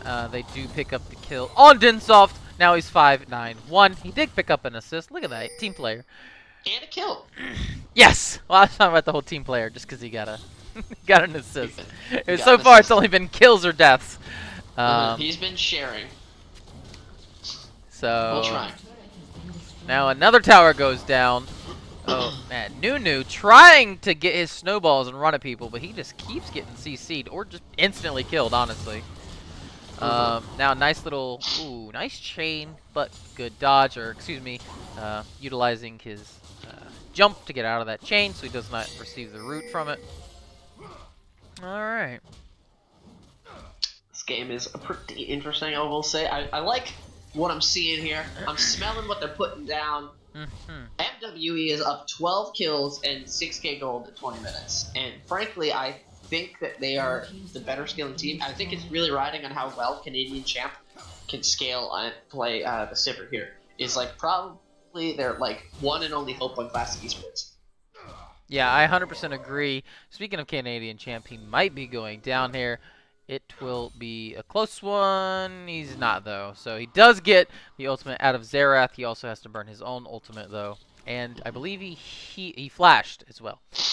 And he's their biggest team fighting component, and he's top lane for the Dragon. Yeah, not where you want to see your ADC. Meanwhile, Ornn was top also, but he has teleport, so he will teleport in there. Nice little ultimate from Braum. Densoft in the back line, trying to kill Hindsight. Hindsight, though, with a fancy little flash, jumps over the wall. He will survive. Nunu trying to get a kill, but he's trying to chase. Long Schlong is not long for this world. Mimo is the MVP here. He did just int, but he hooked Silver Rookie out of the second RW. I didn't see that. Okay. Hindsight, or stop him from killing Hindsight, which is the only reason that Hindsight survived. And that was nutty. And I was paying attention to it, and I missed the other part of the fight because I was so gassed because that was a really good hook and guess from Mimo, who then immediately inted after. And immediately inted. Well, you know, sometimes you gotta follow up a good play with a bad play. You know, keep people guessing. He still gets the Rift Herald off. 21 minutes. This should be an inhib going down. I don't think they can defend this. They're gonna try though. Oh, they don't even want to bother. Long Schlong. That's a wall there, Bucko. But either way, he doesn't die for it. They don't really lose anything for it. They use the Rift Herald. They get a bit of damage on the mid inhibitor, but they don't get the tower. But that tower is a sneeze away from. Yeah, 100%. But it does regen, right? Inhib towers regen. They don't regen to full. They don't. What do they regen to then? It's like a third of their HP or something. Oh, I didn't know that. I just assumed they did till full. Okay, cool. Today I learned. I'm pretty sure. Yeah, I just assumed. But looking at the Sivir build, not a huge fan of the Essence into Static. I would really like to see an IE here. Really get them crits out, the extra AD out. Because if we look at Sivir right now, she's only sitting at 167 AD at 22 minutes. Let's peep the Kai'Sa sitting at 225 AD with the extra damage from the crits coming out of here. So, yeah, I would have liked to see an IE, I think, over the Static. Maybe I'm wrong on that, too. Because, yeah, apparently I'm wrong a lot. So, but it's all right. You're allowed to be wrong. Listen, I called of whales getting killed Moby Dick, so you could be wrong. And I said that on like live stream about a classic book of Captain Ahab trying to hunt Moby Dick. And I knew that, but I'm retarded, so that's unlucky. Okay, fair enough. So MWE Midwest Express right now trying to de-ward, clear out some vision here, set up their own vision in the Baron Pit. I assume they're going to want to start that pretty soon, or they might just go for a bait. Honestly, try to bait it out. Oh, nice little bush here with the double ward. Nunu sprinting in, trying to get this. The only problem is you're face checking into a Xerath. Xerath will use his ultimate here. I don't think he'll get a kill. Braum should be able to escape. He does. The only problem is no heal on Sivir now, and Sivir and Braum are both very, very low. They will start the Baron play. Do you turn and burn, or do you finish this, boss? You have to pay attention to where Long Schlong is. Mimo is able to get a good hook, but I think they just finished. It's super low now at this point. Oh, no, they can't. Oh, no. Canadian Champ will die to the 1v1 from Thresh. You don't want to see your ADC dying to a 1v1 to the support. Now, Silver Rookie's going in. He's trying to get a ton of damage in. He will get a lot of damage off, but the problem is he's dead now. Now, Braum's coming in. Says, hang on, guys. Let me die, too. Nunu looking for the steal. Still here. This guy's got a PhD. This guy's a doctor. This guy knows what's happening. They're looking for him, though. They know. They're trying to save him. Oh, no. That's a very, very early flash, and yeah, you don't really get anything from that. Bennett going for the 1v1 on the... Oh! Zareth lives. Turns out that was a doctorate in philosophy. Unlucky. Yeah. He went to one of those online schools, it looks like.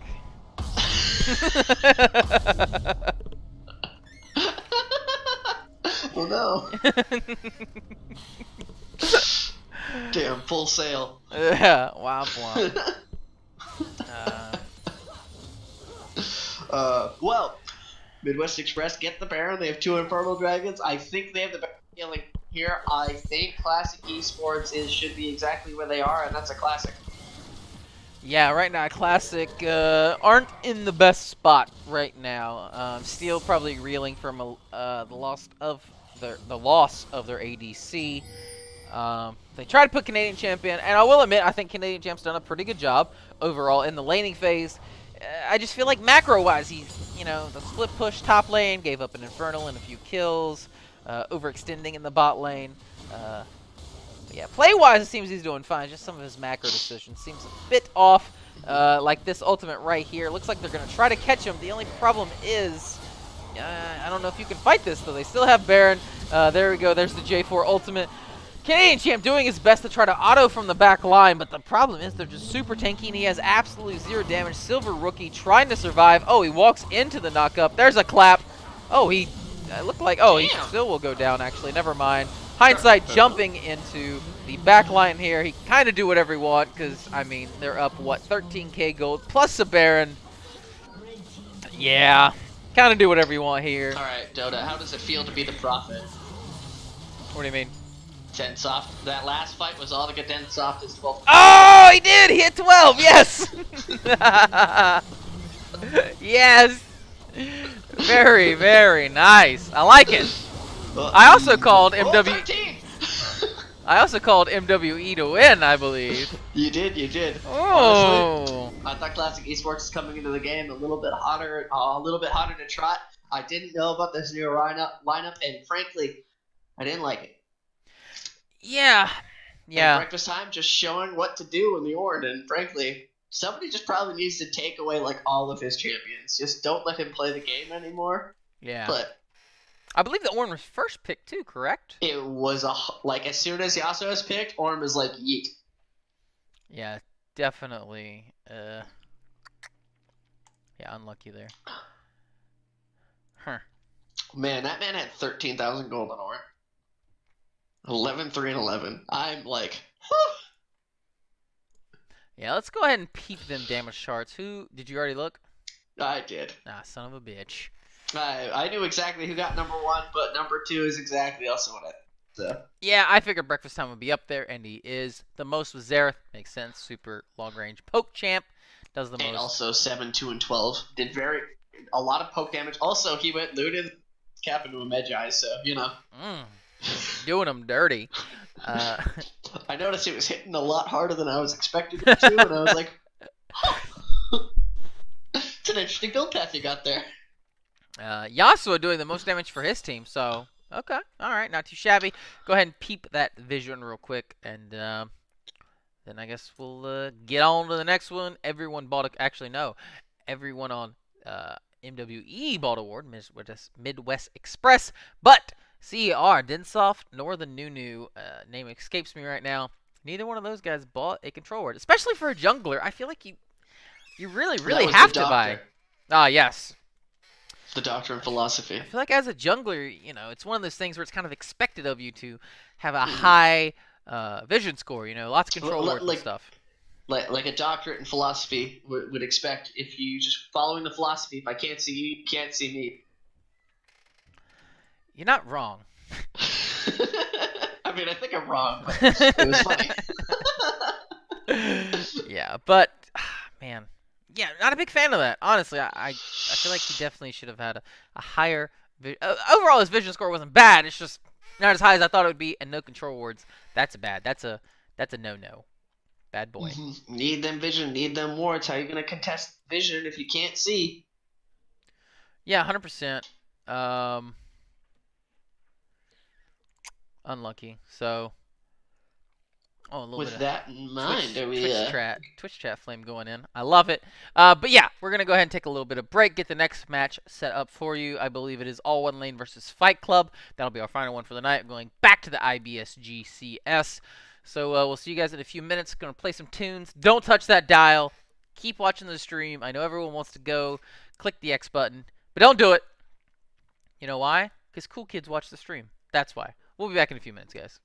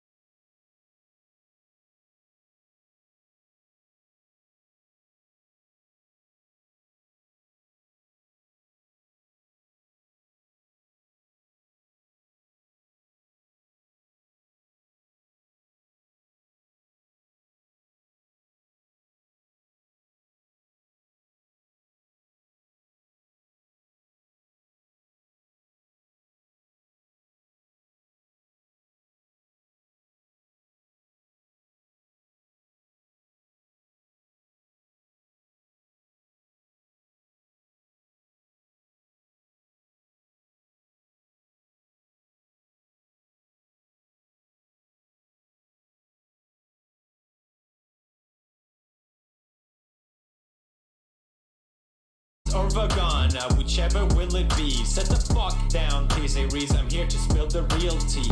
You tryna dethrone me from spot on number one, but you in the air you lose, so best think you haven't won. When I'm through with you, we're gonna be completely fucking done, cause we only just begun. I review you, 05 is gone. So come on, T-Series, looking hungry for some drama. Here, let me serve you bitch lasagna. Bitch lasagna, bitch lasagna. T-Series ain't nothing but a bitch lasagna. Bitch lasagna, bitch lasagna. Look at T-Series, they just crying for their mama. Bitch lasagna, bitch lasagna. T-Series ain't nothing but a bitch lasagna. Bitch lasagna, bitch lasagna. T-Series just whip himself in their pajamas. So who the hell is Bob and why you wanna kiss him? Ew. I'm a blue-eyed white dragon while you're just dark magician. Ooh.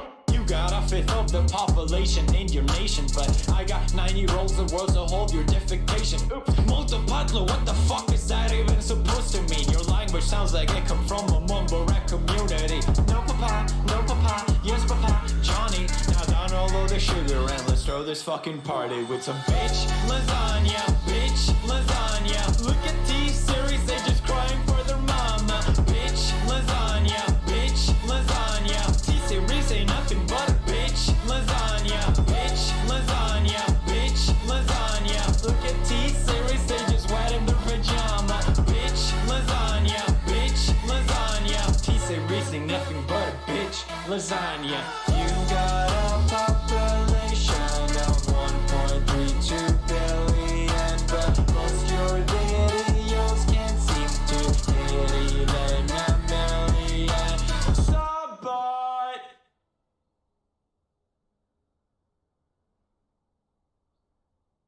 I don't like your T-Series. Nothing personal, kid. But I must go all out. Just this once. Bob's or vagina, whichever will it be. Set the fuck down, T-Series, I'm here to spill the real tea. You tryna dethrone me from spot on number one, but you in the air you lose, so best think you haven't won. When I'm through with you, we're gonna be completely fucking done, cause we only just begun. I review you, 05 is gone. So come on, T-Series, looking hungry for some drama. Here, let me serve you bitch lasagna. Bitch lasagna, bitch lasagna. T-Series ain't nothing but a bitch lasagna. Bitch lasagna, bitch lasagna. Look at T-Series, they just crying for their mama. Bitch lasagna, bitch lasagna. T-Series ain't nothing but a bitch lasagna. Bitch lasagna, bitch lasagna. T-Series just whip himself in their pajamas. So who the hell is Bob and why you wanna kiss him? Ew. I'm a blue-eyed white dragon while you're just dark magician. Ooh.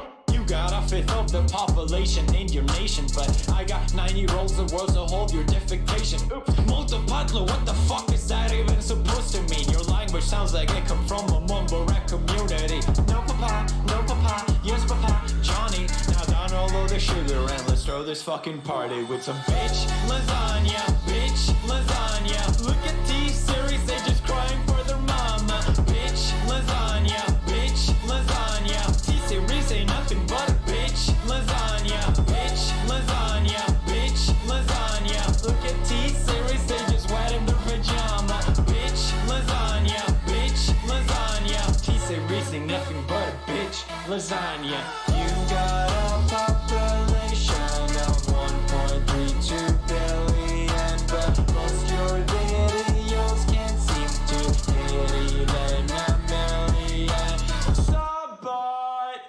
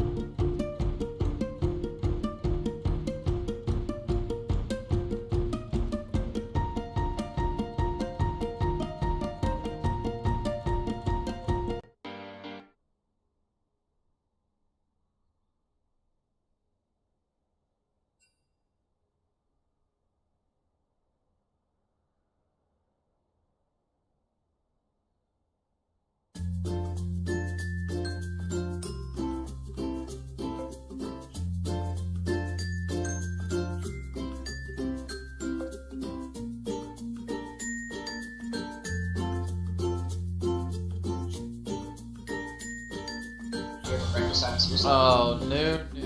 Again. Now, oh, nice predict from...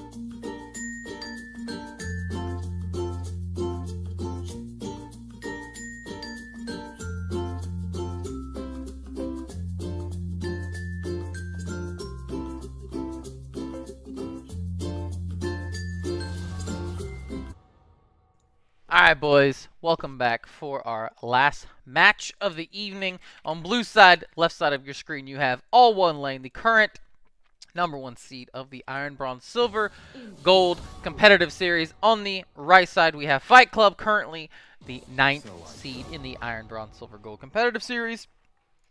So, obviously, we kind of have the top-ish and the bottom-ish of the standings right here going at it. So, on the surface, obviously, you think to yourself, well, Dota, should be a super easy game for All One Lane, right? Well, not necessarily. Fight Club definitely have a few tricks up their sleeves. And sometimes when you play a team who doesn't really have a lot to lose, they whip out some crazy, 3 mid lane, 1 top, 1 bot, no jungler strategy, and it works because you don't know how to react to it. Not saying that's going to happen this game. Hey, guys, just realized, muted.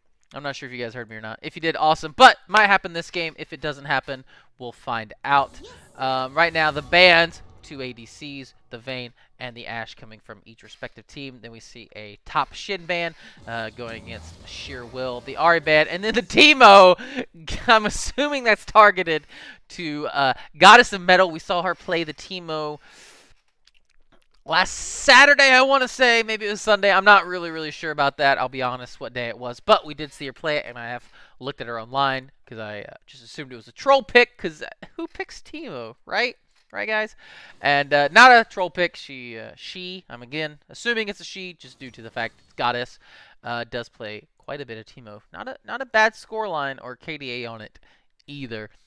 We see the Sejuani pick up. Solid first round draft. She's a good jungler, good clears, very good engage, and then, well, tanky. What else do you need, right?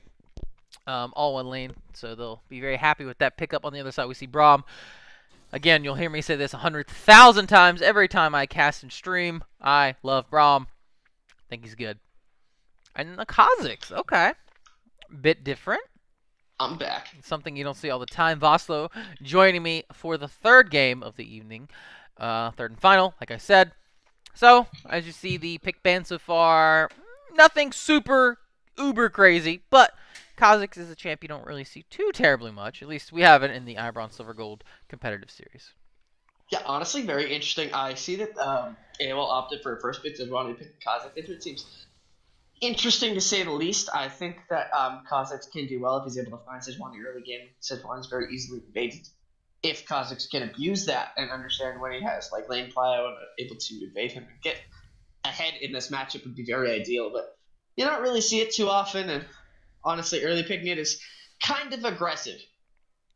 Yeah, 100%. Like I said earlier, Fight Club don't really have a lot to lose. They could make playoffs if some craziness happens. But for all intents and purposes, we'll go with they are not going to make playoffs.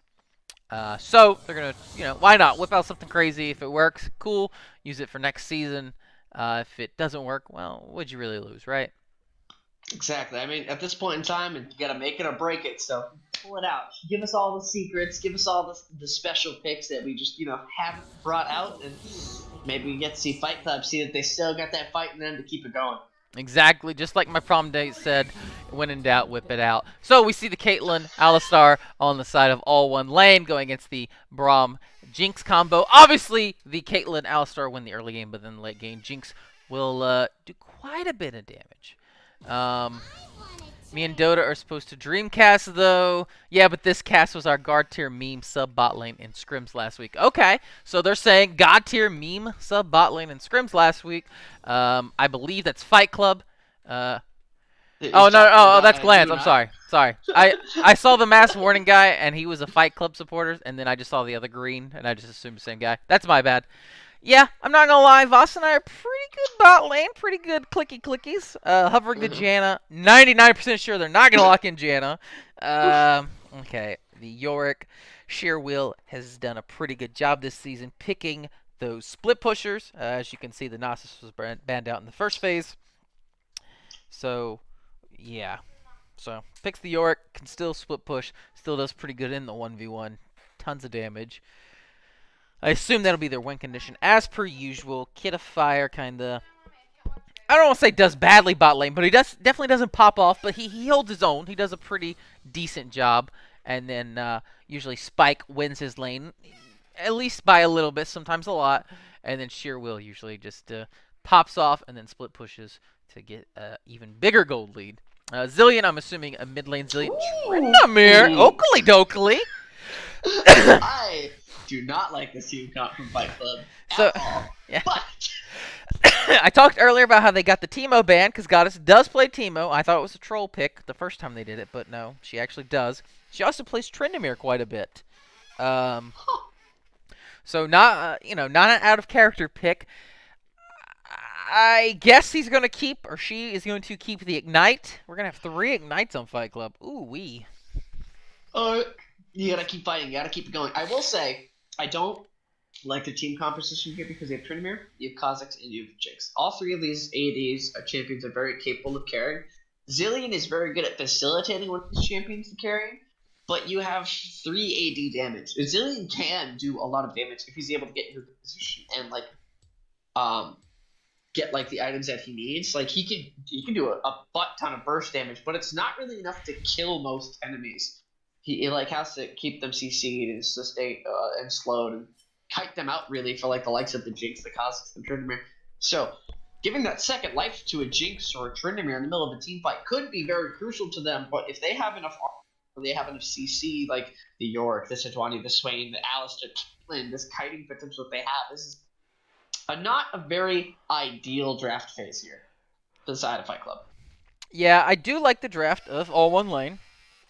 Sejuani's super tanky, tons of CC, which is good against the Tryndamere, Kha'Zix, and Jinx. And then Caitlyn can stay far enough back where hopefully she can avoid the damage. And then you got Alistar to knock away the Kha'Zix, knock away the Tryndamere, and then dive the back line on the Jinx. So yeah, I kind of concur what you're saying. Fight Club comp, and then AOL comp, I feel like is very good overall. I think I don't want to say counters their comp, but I definitely think they have a lot of good tools to kind of negate some of it. I want Fight Club to perform and show us what they can do, and I'm pretty excited to see if they can do it. I will say, though, that based on draft phase alone, it does not look good. I don't think Zilean has a great time faring into the likes of Swain. I think the level 2 of Tryndamere is going to be super impactful for this top lane, and how I keep burping. How Tryndamere is able to make this lane favor him into the Yorick matchup. I'm pretty sure at level 2, Tryndamere has a really good time all in with a decent amount of rage, especially he opts for the Q start and then into E level 2 and immediately he's onto him. He has a great damage deal potential, especially if he gets the crits he needs with the Ignite. Bot lane, you have Jinx Braum. You don't really win these fights early game until likes of Caitlyn Alistar, because Alistar is just a dumb champion and Caitlyn has an immense range advantage that you can't really compete with. So, yeah, no, 100%. Especially Caitlyn just recently got the buff, 9.6. Oh yes, another pure damage buff on her ultimate, correct? Yeah, I believe so. Interesting. So, very aggressive. Don't like that. Not a huge. I mean, it's her ult. I mean, I feel like Caitlyn ult's one of those things where you got nothing. I'm definitely not Caitlyn one trick. Look at my op.gg. I have like no Caitlyn games played. I've been spamming that Ezreal. That Ezreal's free low. Correct. Played Jhin the other day, actually. You did. Hard smurfed. Oh, no, I played solo queue. You remember, I believe there was somebody that picked Jhin that game. I was talking about solo queue. I didn't count that because I was like, I just got lucky. Let me play solo queue. Then I'll feed, and then I'll know that I'm terrible at him. I was like 16-3 and like 12 or something. Absolutely decimating those plat kitties. But yeah, Caitlyn damage went up by 50 rank 1. 75 rank 2, and then 50 rank 3. So not a lot of damage, really. I mean, let's be honest. Caitlyn ultimate. I mean, who uses Caitlyn ultimate? I mean, that's one of those things where you're like, oh, they got away. Actually, they did not. Or did they? So yeah, and then their teammate walks in front of them, the full health guy, and you're like, fuck, that was useless. But yeah, was it a good buff? I mean, it's cool. Sure, we'll take it, but nothing to write mom about at home. So. Also, what about the old Caitlyn Electrocute? How do you feel about that? Wait, what? Oh shit! What is this? That's gotta be a misclick.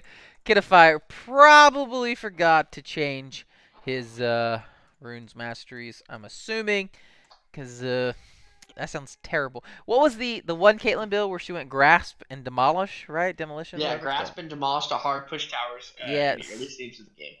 Zillion opting for glacial augment. I kind of wanted to try that. I remember seeing not a lot of people, like 1 or 2 people play it, and I was like, you know what, that might be fun. I never did it though, because I'm a big pansy, and I'm always scared to try new things.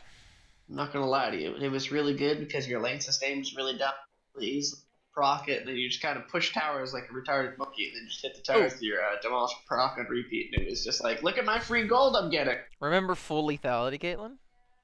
I do remember full lethality Caitlyn for that like 2 patches of existence. That was absolutely bonkers. Her ultimate was just disgusting. Dude, like 2/3 of someone's health just with their ultimate. It was pretty gross. Remember when Dota Caitlyn's smurfing and scrims. Remember when Caitlyn's ultimate used to proc on hits? Pepperidge Farm remembers.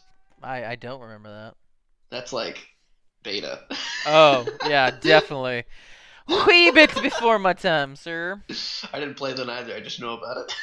Oh, man, I need a water. I am dying. I chugged my water. I need another one. That's fine. You can go get it. I can just sit here with my beer, chug it, All right, I appreciate it lightly.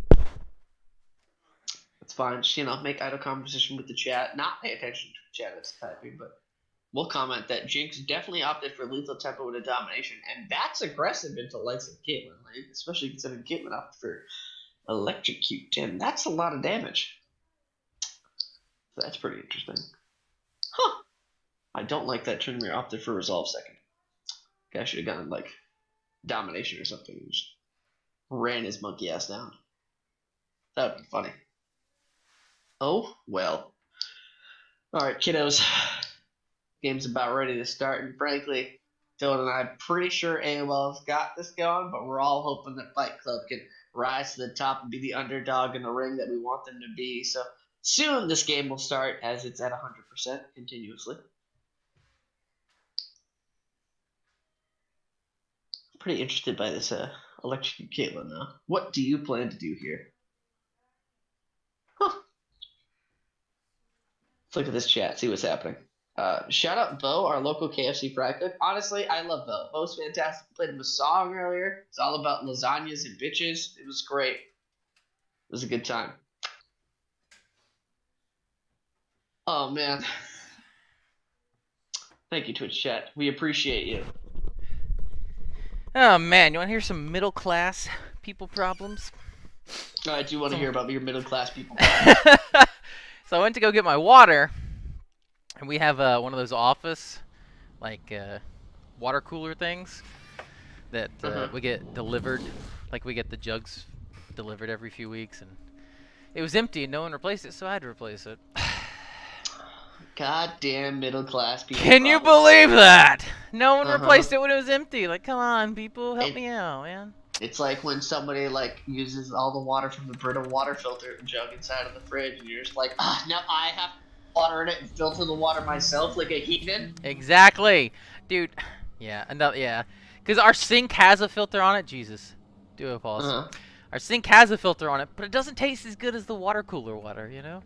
The water cooler water is like a filter, or not like filtered, but like mountain water. Usually Poland Springs comes right from the Poland Springs.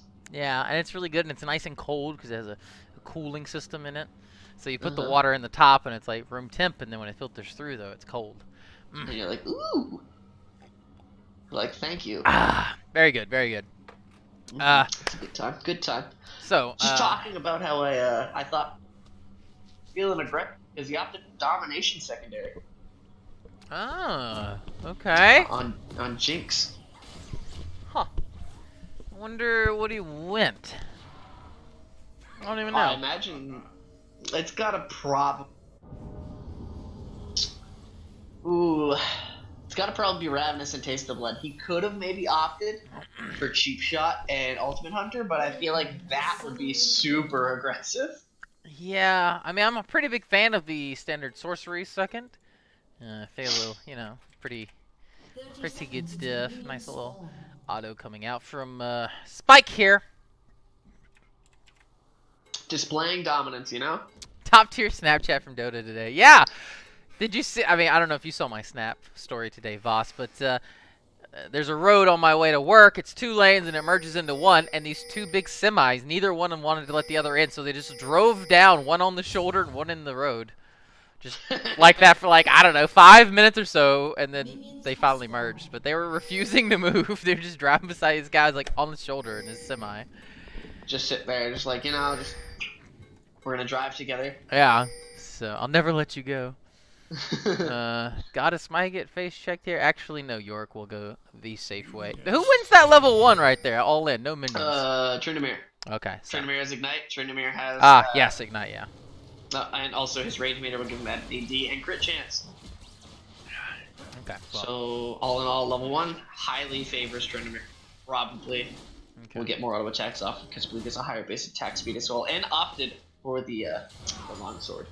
Well, very good job by sheer will to take the safe route there, because if you wouldn't have, probably would have been no bueno, as they say. But nothing too crazy from the starts here. Both junglers take their bot side buff, and then they immediately go to clear the next set of minions here. Jinx with the lethal tempo, pretty standard. Caitlyn with the electrocute, not standard. Again, I'm going to go with, that's, someone just forgot to change the rune page. I'm going to go with. I believe someone in the chat might have mentioned that we might be Mention what now? The lethality Caitlyn coming out. Oh, yes. I mentioned that too. I remember that. I hope he does not go lethality, Caitlyn. I would not be a fan of that. Goddess of Metal getting pretty low here. Sure Will doesn't want to proceed anymore. Nice little laugh from Trinamere there. I'm not quite sure why you're laughing. You lost that trade. BM's usually when you're winning, not when you're losing. Yeah, he didn't dodge the E. And then just ate the ghouls, and the ghouls just beat him up. He wasn't too happy about it. Didn't get any lucky crit max rage bar. Just kind of lost the trade. And was just like, well, I'm now sad as Trinamere. Yeah.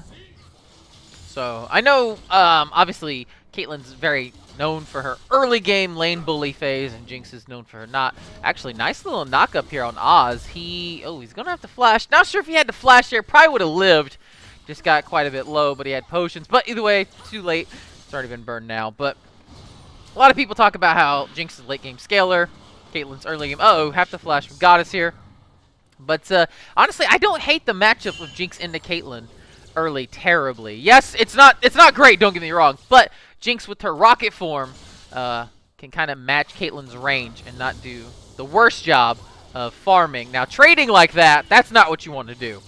Especially into electrocute. Yes, definitely. But just farming the wave and scaling is, which Jinx is doing a pretty good job up a couple minions right now.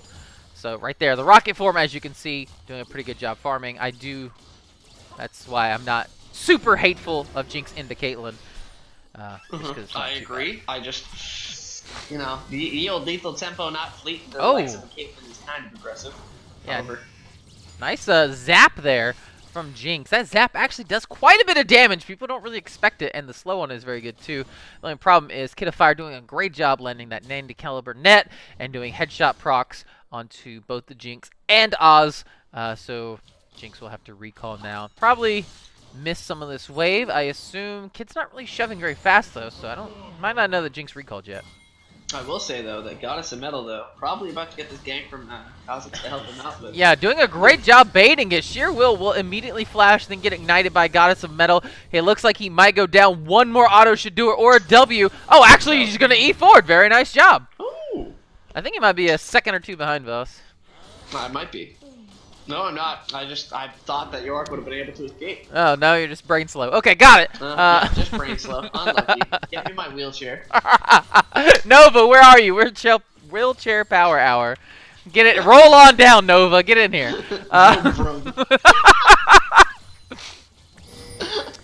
Honestly, I'm usually not a huge fan of, the memes or sayings that get used a ton. But for some reason, that Wheelchair Power Hours really crack me up. I don't know why, but it really does crack me up. Congrats to Vo on doing that. It really makes me giggle like a schoolgirl. Fantastic. Skydreamer not even flinching at Spike's poke. It was like throwing bombs at the minions. Honestly, Skydreamer playing the champion after my own heart.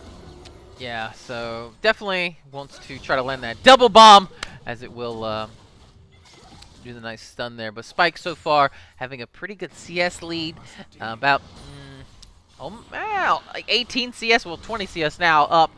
Goddess of Metal is going to definitely take a ton of damage here. He does not have flash, but actually not even bothering to auto the Dark Procession. Now we see Oz might go down here. Nice heal from the Jinx, but the problem is Jinx doesn't have anything. She has a Doran's Blade trying to out-trade, out-damage a Caitlyn who gets the W procs and also the Alistar knock-up stun, etc. Nice little trade here from Spike again. A little bit slow on that W, so it doesn't get the full damage. And honestly, Goddess of Metal and Skydreamer are not doing their best at CSing right now, as it's they're not. Oh, Sejuani and Kha'Zix. Sejuani though, app just says, "Let's go, buddy. Let's fight this." Nice flash here from Amari. Amari, I don't know, weeb guy, and then there we go, nice little exhaust, tries to walk away, make it look really cool. I think Kha'Zix is gonna go down here. Someone's gonna get him, right? No one's gonna get him. Okay, he's escaping. Now, Jinx, though, might go down. Actually, she's not gonna go down either. Oh my god. Alistar tried to get the exhaust, give the kill over to Sejuani, and instead, no one gets the kill. Oh, man. Honestly, fantastic peeling from the side of Meta Psychosis, but Kha'Zix is not happy right now. Uh-oh. Oh, nice little jump away. Probably wouldn't have been enough to kill him with the W anyway. But definitely a little bit scary. Man, Jinx is actually doing a very good job farming. Like I said, you can farm pretty well with your fish bones, I believe it is. Oh, Sejuani actually does get the kill on here. Now, Tryndamere will press R. He will escape here with his life goddess of death. She should be okie dokie there. A little bit of life steal, or, well, the rage transfer to HP. But yes, I mean, honestly, especially because we saw Jinx get poked out super early in the beginning, and now she's, I'm going to go ahead and call it even in CS time she picks up these stragglers here. It's a very, very good job and does bode well for the team. Yeah. Honestly, Jinx is a real bright spot here for the side of Fight Club. Tryndamere does have that first blood, but really farming too nicely, and I think he's been playing trades just a bit wrong. He gets hit by the E, and then he press it or dash away, rather than waiting for the Dark Procession to happen and then dashing through it. Yeah. So then he just keeps getting out-traded and just beaten up by the Orc with a shovel. Yeah, definitely. Also, I noticed not really autoing the Dark Procession to kind of drop it. Also, usually just standing still. Not really agreeing with that either. Auto it or something. Don't just stand there. At least do something. Yeah. W at it. Ah! Stop trapping me. But let me in. Let me in. Let me in. Man, I wish I could post that on the computer from my Snapchat story. My kid's doing that. Fantastic. Good time. But so going ahead, looking over at the farm lead. Oh, nice little stun here from Spike, and then Skydreamer answers with a double bomb of his own. But go ahead, looking at the farm lead here. Top lane is absolutely disgusting farm lead right now. Mid lane has a sizable CS lead, and then bot, we're just gonna go ahead and call even. So honestly, just like down like 5 CS on, you're happy. Yeah, 100%, and also should be able to pick up quite a bit of this. Meta, not sure what you're doing. Why? Why are you running up so far? Swain should go down here. The double bomb will do it. Meta having a brain turn offage, I believe is what we'll call that. Yeah, I get you want to bait them in. Hey, look at me, attack me. I'm easily killable here. But that was a bit too much. I'm easily killable here. And yeah, well, it was like almost 3 minions, or 3 minions there. It was like 2.5, I think. Yeah. Like 10 caster minions just beating on your head. Yeah, especially that definitely gives it away. If I'm sitting there and I see the enemy team has, 10 range creeps at their tower hitting it and they sprint towards me, I'm probably going to think I'm getting ganked. Or I'm getting a free kill. Or both. Or both. Why not both, right? So, but either way, yeah, that's really, really bad for Meta. He loses a ton of CS as well as the kill. Kid of Fire 2-0 right now. Actually, might be 3-0. Cancels the auto, though. Now we see the heal come out from the Jinx. Nice little flash there, though, by Kid of Fire. He will avoid the knock-up. Now, Jinx does have ultimate. Oh, no! That was a terrible ultimate. Kid of Fire, try to drop a trap for your teammate there. He will, actually. I think Alistar will escape with his life as well. Oh, no. Things are not going well for Fight Club. They are not. Honestly, Omari played that the 3v2 very nicely, queuing the Kazakhs out of his E, completely stopping the leap before it even happened. Oz and Metapsychosis were not able to get like the amount of CC lockdown for the Kazakhs to enable it to happen. The minion showed up, and then you don't get the isolation procs, you don't get damage. Yeah, definitely. And then again, kind of have to flame Meta there for throwing his rocket the complete wrong way. Maybe it was a misclick. Maybe he just predicted it. Sheer will have to jump out of there. Now there we go. See Meta go down. Sheer will get the kill. Uh-oh, now Kazakhs really wants this. Alistar knocks him back into the tower. He'll take one shot, but I don't think that's going to be enough to kill him. But actually a headshot proc. Very good job there. Now that should be another kill from here. Just take the kill, Alistar. Stop toying with my heart. Nice little bit of BM here, and you will get it. Alright, I enjoyed that thoroughly right there, that bit of BM. All I have to say is that he was milking that one. Very much so. But bot lane right here, 302 on the ADC, 202 on the support. They're very beefy right now. Oh yes, they are very beefy, and frankly, I like it. Yeah, Jinx really and Braum really kind of need to stop fighting here. It would definitely behoove them to not fight for a little bit and scale. Nice ultimate here from Sejuani, but Zillion will have time to get his ultimate off here. Nice W from the Swain, but it's not really going to do much against this. Kha'Zix should jump over the wall. He will. He should just QW. There's Goddess of Metal will pick up the kill. They're chasing him down, but I don't think they're going to be able to catch this Sejuani. And they stop the chase.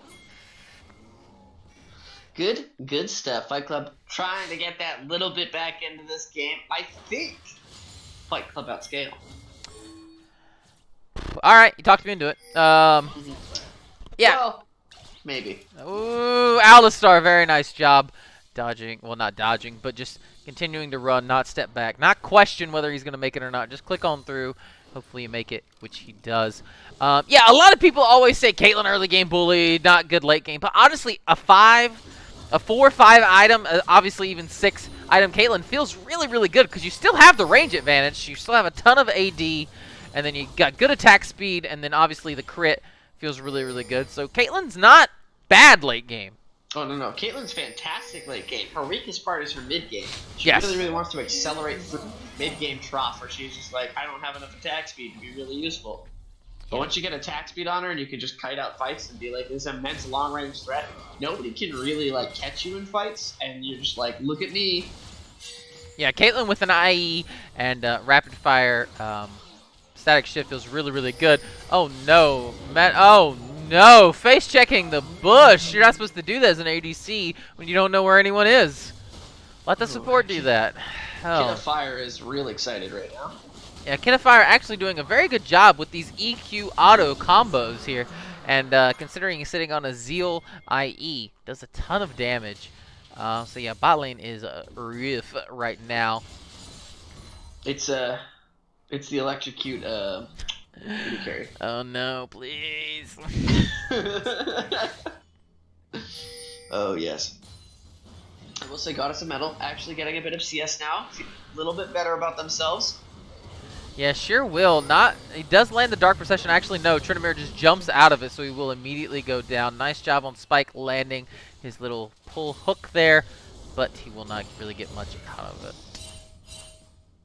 That's all right. All he has to do is just kind of pressure, make sure, again, just insta clear the wave, and that's all he has to do. Yeah, so now we see the nice little invade going here from the AOL bot lane. Nice zap from Jinx will prevent the Alistar from engaging. Alistar with the Moby boots, so he is a pretty fast cow and out of combat. He will run at Oh, you very, and they very have the fast. air Drake too, so yeah, even more. Yeah, that guy's got some mad cow disease. Running real fast, able to just get to wherever he needs to be for his team. Ooh, but Skydream. Yeah, I'm kind of... I mean, if you look at the KDA, it looks really, really good for the bot lane. Mid lane's kind of whatever. And then top lane, though, looks pretty good for Goddess. But that 30 CS lead, just... It's a lot of gold you're missing out on. But now Goddess of Metal should be like getting into a very nice spot. I really would have liked to have seen the Bork first over a crit item here. I don't think you need all of this crit. I think the Bork would have been a lot better here for the extra lifesteal, attack speed, and the on-hit damage that you get having the free crit, and also the Conqueror and the true damage would also just pair nicely with the attack speed that you get. And I would Is like he that a even lot. going for Bork next? I don't think so. I honestly, with that build, he might be going distance, and I don't like that. Yeah, because I see the pickaxe. That kind of is what really got me here. Nice knock up from the Alistar. Oh, very nice little combo there. Oh, great save by the Zillion, though. Saving a support, but is it going to actually save him? Alistar is going to get absolutely annihilated here. Braum is still alive. They're trying to save the Kha'Zix. Kha'Zix will flash the wall and will survive for now. Well done there by Skydreamer. Getting that clutch Chrono Shift off. Yeah, I like it here. Well, Braum goes down now. Good night, Braum. Is feeling a bit aggressive there. So I don't think This there's game much is, they can do. not- Oh, nice ultimate there from Sejuani. Bit far though, won't get enough damage. Caitlyn ultimate will take him pretty low, but it's not going to be enough to kill. They didn't buff Caitlyn ultimate that much. get a fire. Good try, though. This game is not looking too great for Fight Club. It's pretty much hoping on Tryndamere split push right now is what it looks like to me. And we just need to get Tryndamere into a position where we're going to actually the Yorick. Yeah, I mean, just look at the ADCs right now. Caitlyn sitting on 2 crit items, Rapid Fire and IE. Jinx sitting on the components for an IE. Hasn't even combined them yet. So, I mean, that just shows you right there, at least bot lane, how much damage different is getting output. There we go. Dark Procession will be avoided by the Tryndamere with the E, but it was all a bait. Now it should be Kha'Zix going down, and now Tryndamere has the ultimate, so he will escape, jump over the wall. Now the Zilean ultimate comes out to save that, but that should be Sheer Will going down. Oh no, Meta flashing forward. Okay. He don't like that wall. Yeah. Flashed right into it, showing dominant. I'll teach you, Wall. How many times? How many times we gotta teach you, old man? So, good thing for Jinx. She does pick up the assist. Not a kill like I'm sure she was hoping for, but an assist. Hey, man, that's enough gold to, I mean, it's some gold at least. Should be enough to complete IE. Now, let's do a quick little peep. She needs 425. She has 360, 370, 390. How is she? Oh, she's farming. I was like, why is this going up so much? So, should just go ahead and recall in this bush right here. She's going to push another wave. Greedy. I like it. All right. I mean, exact same way. All right. Goddess of Metal is opting for a second item IE. See, I was wondering what that pick was going. I was thinking IE2, and she would just keep the Vamp Scepter for the lifesteal and go IE. Not sure if that's good or not. That's just what I thought. It's really good if you're ahead. But okay. I mean, well, let's peep the gold right quick there. Right now, Goddess of Metal sitting at 6,100 gold. Sheer Will sitting at 6,800 gold. So yeah, no, that's quick math. Not ahead. Not ahead. Thank you. Also, Sheer opting for a Stare Gauge second item is Bramble Best to make this 1-1 actually impossible for Goddess here. Also triggering. So should be another Air Drake going down for all one lane. That makes them very, very fast, especially the Cow, as he's already sitting on Moby Boots. Nice little EQ combo there. Does not kill Zilean. Actually, it does kill Zilean. Did he not have ultimate? He did, but it doesn't matter. Now Braum might go down. He's super, super low. Jinx doing a ton of autos in the backline, but no damage because she has no items. Now we see Braum finally go down. Oz is dead. Meta goes down. That should be a Tryndamere also going down. Kha'Zix will limp away from the fight. AOL can't even do Baron. I guess they could run Baron. It will spot in 3 seconds now. They might run there and try to do that real quick. Like, it should be free because Kha'Zix is going to have to recall. I guess he could always sprint from base, possibly get the Smite steal. But that's going to be a tough order of business with the ton of CC that all one lane have. Also, with all of the melee champions, Alistar and the Yorick one treads through Baron. Yorick does a really good amount of Baron damage as well, especially with the Maiden, does percent max damage with Baron, so just destroys it. Kid of Fire, auto-attacking the Rift, or the Scuttle, doesn't even have to do it, so just tons of damage to this Baron. It should be free.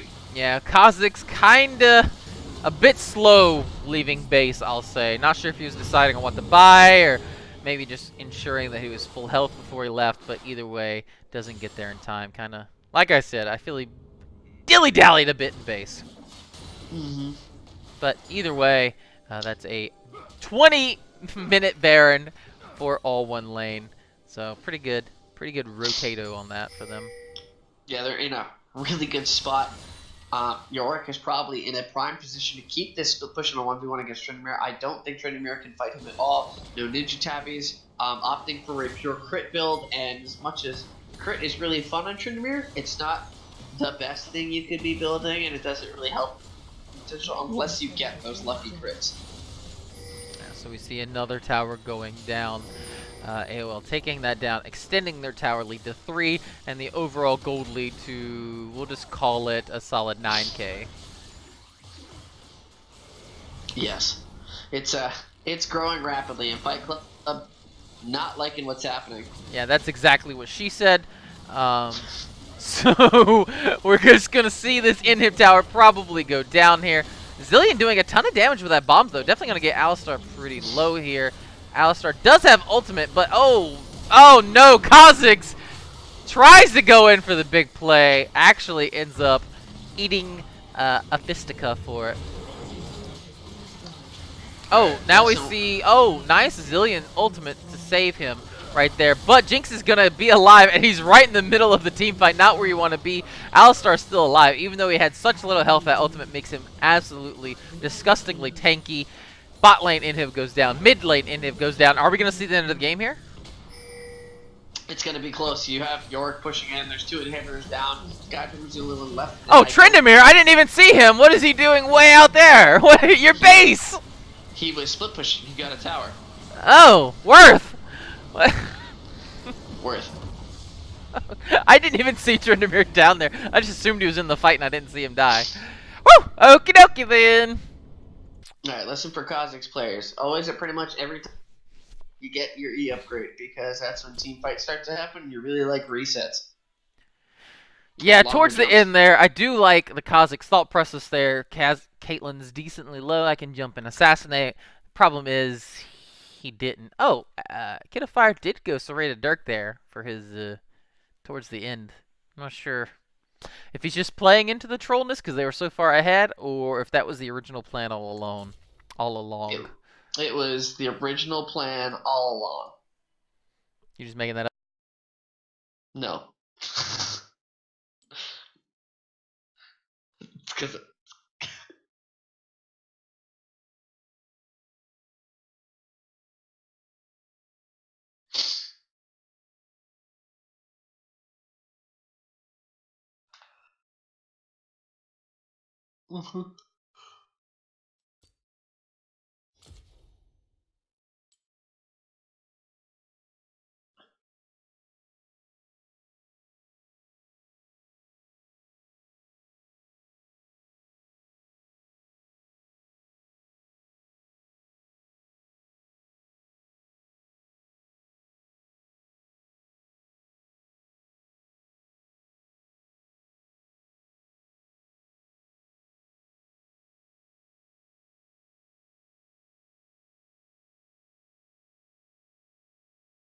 It's hard.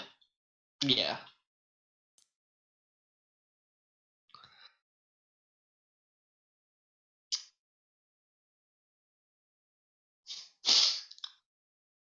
Who needs vision when you're split pushing?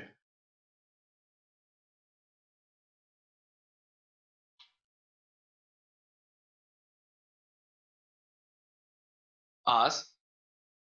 Omari Monogatari? Yeah.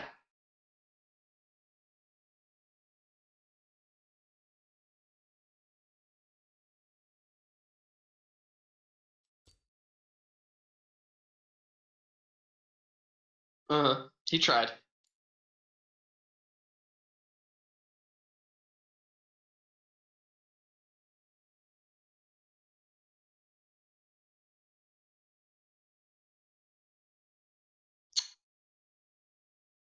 I mean, honestly, well played Fight Club, well played AOL. AOL understanding just what they can get to, what they're playing around. Got a hell able to correctly identify certain invade timings and when he's strong and when he's able to fight Kha'Zix in this matchup. Bot lane just looking really nice there from Omari. Omari has been an absolute star for this team, and I really like that. Spike 29 is just like their absolute staple mid laner, and Sheer just likes run down lane and hit minions.